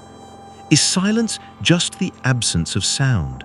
Or is it a potent, transformative, and sacred environment, a forgotten technology that has the power to reset your nervous system, to harmonize your brain, and to allow you to hear the quiet, subtle, and profound truths that are drowned out by the noise of the everyday world? Miraculous survival stories. You hear a story that seems to defy all odds, a tale that pushes the boundaries of belief. A sailor, lost at sea for months, survives on a tiny raft with no food or water. A child falls from a great height and walks away with barely a scratch. A person trapped under rubble after an earthquake is found alive weeks later. These are the stories of miraculous survival. In a religious context, they are seen as clear and undeniable acts of God. The person was saved by divine intervention, protected by an angel, their life spared for a divine purpose. It is a testament to a higher power that can, in moments of great crisis, suspend the normal, brutal laws of nature. The scientific worldview offers a more sober and seemingly more rational explanation. These events are not miracles, they are statistical outliers. They are the extreme tail end of the bell curve of probability. Given the millions of people who find themselves in perilous situations, it is statistically inevitable that a tiny handful will, by sheer random luck, survive against all odds. We only hear about the ones who make it. We do not hear about the vast majority who do not. The miracle is just a story we tell ourselves to make sense of a lucky but ultimately meaningless fluke. For centuries, these two explanations have stood in stark opposition. One attributes the event to a purposeful external intelligence, the other attributes it to a purposeless internal randomness. But as we have learned more about the profound and still mysterious connection between the mind and the body, a third, more nuanced possibility has begun to emerge. This view does not deny the role of luck, but it also does not dismiss the power of the human spirit. It comes from the new science of survival psychology. Researchers studying these miraculous survivors have found that they often share a common set of profound psychological traits. They often possess a deep, unshakable, almost irrational sense of optimism and purpose. They do not just hope to survive, they believe they will survive. They often enter a strange, altered state of consciousness, a state of deep focus and calm, where time seems to slow down and their senses become hyperacute. They report feeling a sense of connection to something larger than themselves, whether they call it God or nature or the love for their family. This powerful psychological state is now understood to have profound physiological consequences. The deep belief and sense of purpose can trigger a powerful stress response that, instead of being debilitating, becomes highly adaptive. It can flood the body with hormones that dull pain, that sharpen the senses, that allow the body to access energy reserves it normally cannot touch. It can, in effect, push the human body and mind to the absolute, almost superhuman limits of their biological potential. A quiet convergence appears. The act of God that the survivor describes, and the extreme psychophysiological survival response that the scientist measures, may be two different perspectives on the same event. The faith that kept the person alive is not just a psychological comfort, it is a powerful biological trigger. The miracle is not that the laws of nature were suspended. The miracle is what the human organism is capable of when it is animated by a powerful, unwavering will to live. And you are left to wonder about the hidden reserves of strength that lie dormant within you. Are we just fragile biological machines, subject to the cold, hard laws of chance and physics? Or is there, within the human spirit, a mysterious, godlike power of resilience, a will to live so profound that it can, in our moments of great extremity, push us to the very edge of the miraculous? Prophets and pattern recognition. You think of the prophet, the ancient, wild-eyed figure who speaks of the future. They are a person who stands outside of society, who sees visions, who delivers warnings of coming plagues, of falling empires, of ecological collapse. In the religious tradition, the prophet is a conduit, a vessel for a divine voice. Their knowledge is not their own. It is a revelation, a message sent from a God who exists outside of time and can see the arc of history from its beginning to its end. The prophet's ability to see the future is a supernatural gift, a miracle that confirms their divine authority. The modern scientific worldview has no room for such a figure. The future is not a fixed reality that can be seen. It is a complex, probabilistic outcome of present conditions. The prophet, in this view, is either a lucky guesser, a charlatan, or a person suffering from delusions. Their prophecies are seen as vague pronouncements that can be retroactively fitted to later events. The idea of a human being having access to genuine, specific knowledge of the future is dismissed as an impossibility. These two views seem utterly incompatible. One is a story of divine revelation, the other a story of human delusion. But a third possibility emerges when we consider the prophet through the lens of modern cognitive science and systems theory. What if the prophet is not a supernatural conduit, but a person with an exceptionally rare and powerful form of a natural human ability, pattern recognition? Consider the world that the ancient prophet lived in. It was a world of slower, more discernible patterns. They could see the long, slow cycles of drought and rain. They could see the subtle, creeping signs of political corruption, of social inequality, of a society growing decadent and weak. They could see the over-farming of the land, the deforestation of the hillsides, the slow poisoning of the rivers. Most people, caught up in their daily lives, would not see these large-scale patterns. They would only see the immediate, the personal, the day-to-day. But the prophet, by their very nature, is often an outsider, a person who is not caught up in the system. Their detachment gives them a unique, wide-angle perspective. They are not looking at the individual trees, they are seeing the entire forest. In this view, the prophetic vision is not a mystical glimpse of a fated future. It is a profound, intuitive, and data-driven act of systems analysis. The prophet's mind is acting like a powerful, non-linear computer, unconsciously processing thousands of subtle data points about their society and their environment, and extrapolating the most probable, long-term outcome. The voice of God that they hear is their own deep intuitive mind articulating a conclusion that feels so certain, so inevitable, that it can only be described as a divine truth. The schism between the miracle and the mind begins to dissolve.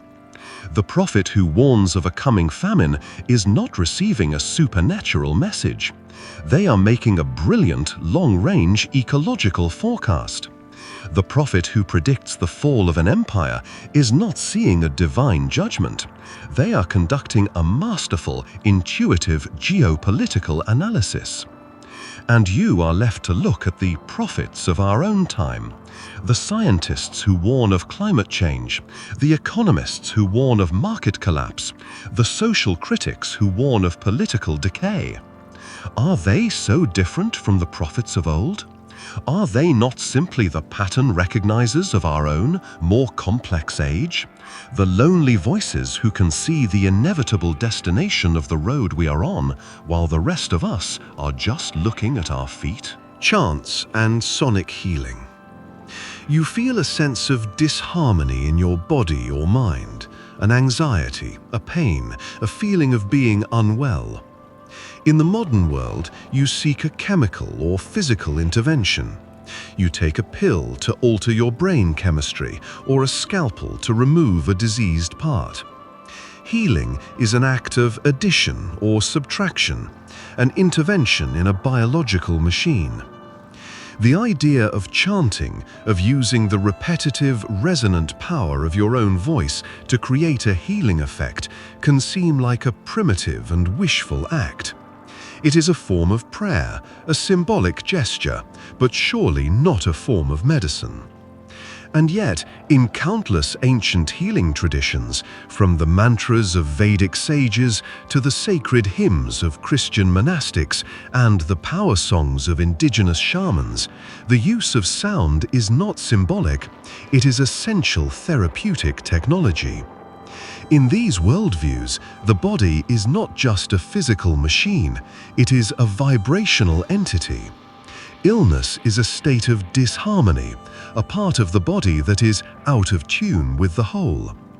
A sacred chant is not just a prayer, it is a tool for sonic healing. The specific tones and rhythms are believed to create a powerful, resonant field that can restore the body's natural healthy vibrations, literally retuning the cells and tissues back to a state of harmonious order.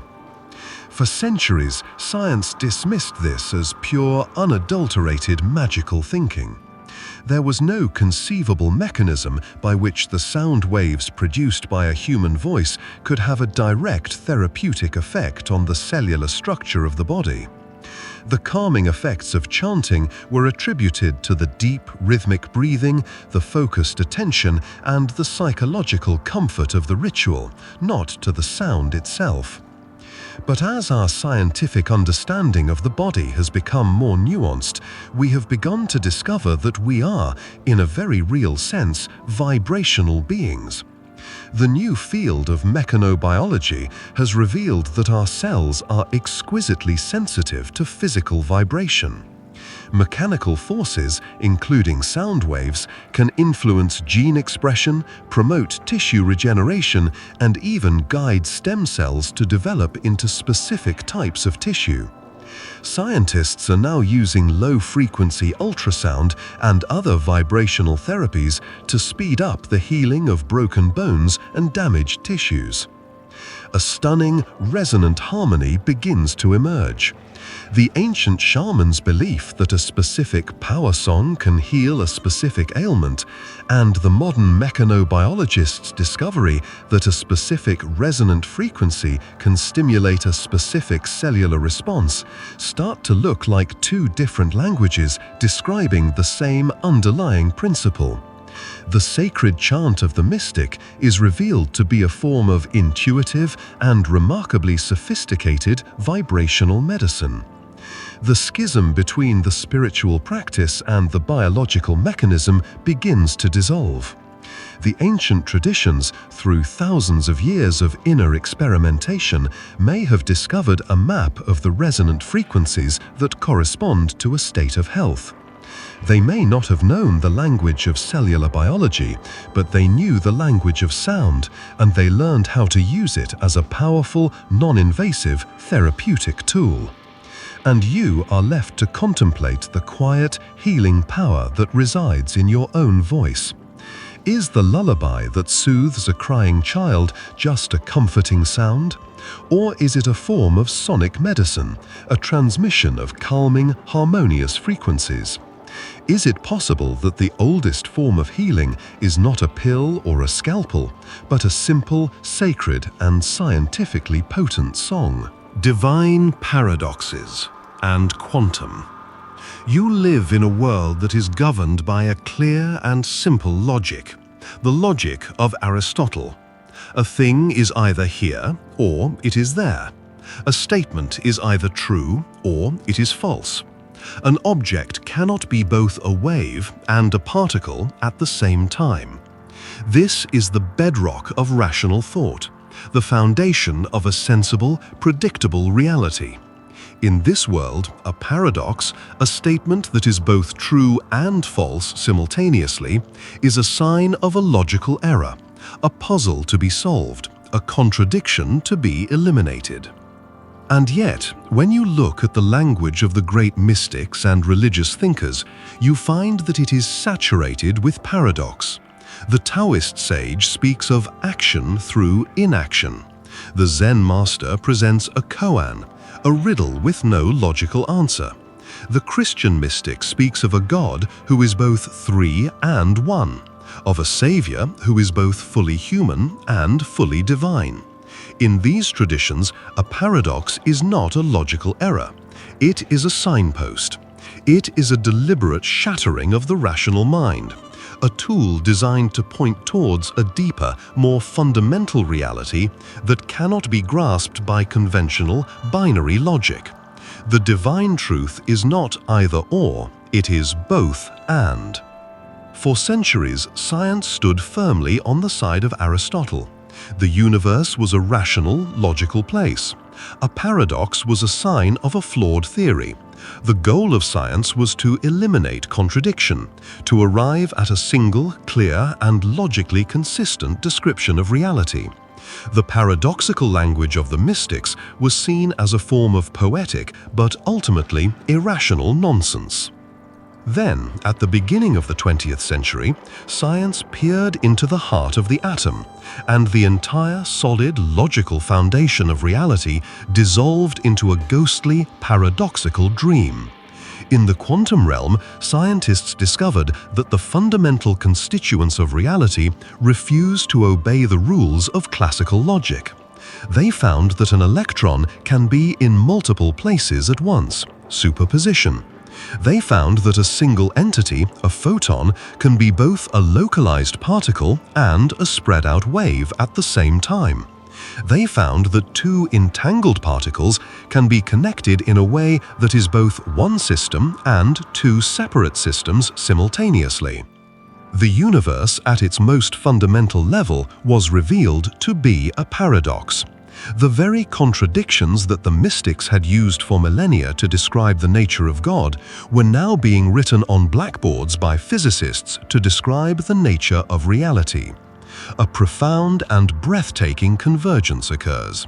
The Zen koan, "What is the sound of one hand clapping?" and the physicist's double-slit experiment are both pointing to the same mind-bending truth, that reality at its deepest level is not a world of definite separate things, but a world of interconnected probabilistic potential. The both-and logic of the mystic and the superposition of states of the quantum physicist are two different languages for the same paradoxical reality. And you are left contemplating the strange dualistic nature of your own existence. Are you a separate individual self, or are you a part of a larger interconnected whole? The mystic says you are both. And now the physicist, looking at the very fabric of the cosmos, is forced to agree. Is the language of paradox a sign of confused pre-scientific thinking? Or is it the only language that is sophisticated enough to describe a universe that is, at its very core, a divine and beautiful contradiction? Spiritual ego dissolution. You experience yourself as a solid, continuous, and separate entity. There is a you at the center of your experience, a narrator of your thoughts, a feeler of your emotions, a doer of your deeds. This ego, this sense of a personal self, feels like the most fundamental and real thing about you. It is the protagonist of your life story. The idea of deliberately dissolving this self, of annihilating the ego, can sound terrifying, like a form of psychological suicide. It seems to be a nihilistic and life-denying goal. And yet, this is precisely the ultimate aim of many of the world's most profound spiritual paths. In Buddhism, the ultimate goal is anatta, or no self, the realization that the separate ego is a mental construction, an illusion. The Hindu sage seeks to dissolve their individual self, Atman, into the universal self, Brahman. The Sufi mystic speaks of Fana, the annihilation of the self in God. In these traditions, the ego is not the true self. It is the primary obstacle, the prison that separates us from a deeper, more expansive, and more joyful reality. The dissolution of the ego is not a death, but a liberation.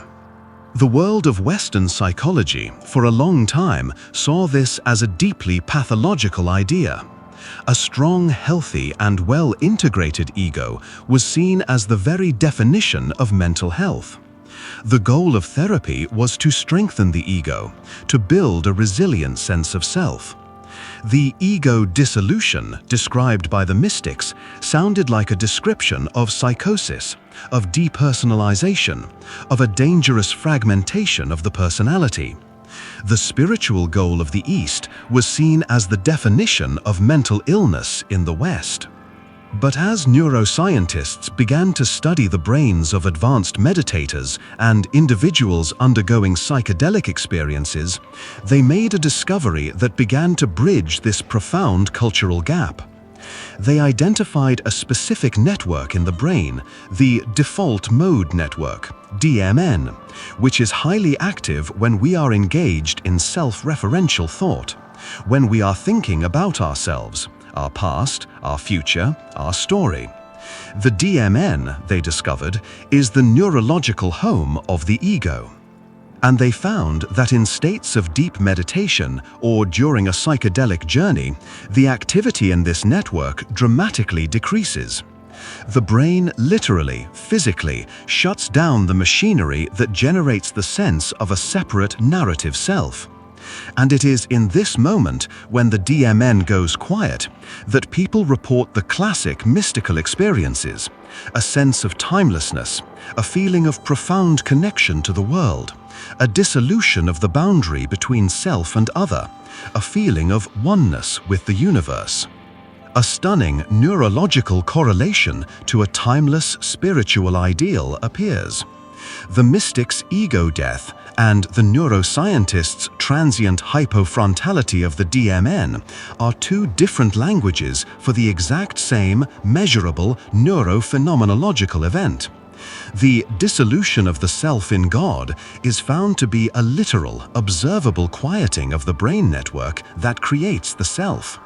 And you are left to wonder about the constant chattering narrator in your own head. Is this voice the real you? Or is it just the activity of a specific and perhaps overactive neural network? Is the ultimate freedom to be found in strengthening this self, in building a better story? Or is it to be found in the quiet, sacred, and now scientifically observable act of letting it go? Universe in a seed. You look at a small, simple seed, an acorn, a mustard seed, a grain of rice. You see a tiny, inert object, a thing of humble and finite proportions. It is a beginning, a point of potential, but it is not the thing itself. The mighty oak tree, with its vast, complex network of roots and branches, is a reality of a completely different order of magnitude and complexity. The idea that the entire magnificent oak tree could, in some literal sense, be contained within the tiny acorn feels like a poetic metaphor, not a physical truth. And yet, this is one of the most powerful and persistent metaphors in all of spirituality and philosophy. The Hindu Upanishads speak of the entire cosmos in all its vastness being contained within the space in the heart. The Buddhist sutras describe the whole of reality being present in a single particle of dust. Jesus in the Gospels compares the kingdom of heaven to a tiny mustard seed, which, though the smallest of seeds, grows into the largest of trees. In these traditions, the microcosm is not just a reflection of the macrocosm, it is the macrocosm in a state of compressed holographic potential. For most of history, this was a mystical, paradoxical idea. The physical world, as understood by science, did not work this way. A part was a part, and a whole was a whole. The information required to describe a complex system like a tree or a universe was vast, and it could not be contained in a single tiny point. The idea of the universe in a seed was a beautiful spiritual teaching about the importance of small beginnings, but it was not a description of physical reality. But as physics pushed into the strange realms of quantum gravity and black hole thermodynamics, a new and revolutionary principle began to emerge. It is called the holographic principle. It arose from the mathematics used to describe black holes, and it proposes something that is so counterintuitive it sounds like it has been lifted directly from a mystical text. It suggests that all of the information contained within a three-dimensional volume of space, every particle, every star, every galaxy, can be perfectly and completely described by the information encoded on its two-dimensional boundary, like a three-dimensional image being projected from a two-dimensional film. In this view, the universe as we experience it, with its three dimensions of depth and volume, might be a grand illusion, a hologram projected from a distant, two-dimensional surface at the edge of the cosmos. The information of the whole is not spread out through the volume, it is encoded in a compressed and entangled form on the boundary. The three-dimensional tree is a projection of the two-dimensional information contained on the cosmic screen. A profound, almost unbelievable resonance appears. The ancient mystical idea of the universe in a seed and the modern cutting-edge holographic principle are both pointing to the same reality-shattering conclusion, that the whole can be and is encoded in the part. The space in the heart of the Upanishads and the two-dimensional boundary of the physicist are both metaphors for a place where the totality of reality exists in a compressed, potential form. And yet, you are left holding that simple acorn in your hand. Is it just a tiny piece of a vast, sprawling universe? Or is the universe itself a great holographic projection? And this small seed, like every other point in space, contains within its very fabric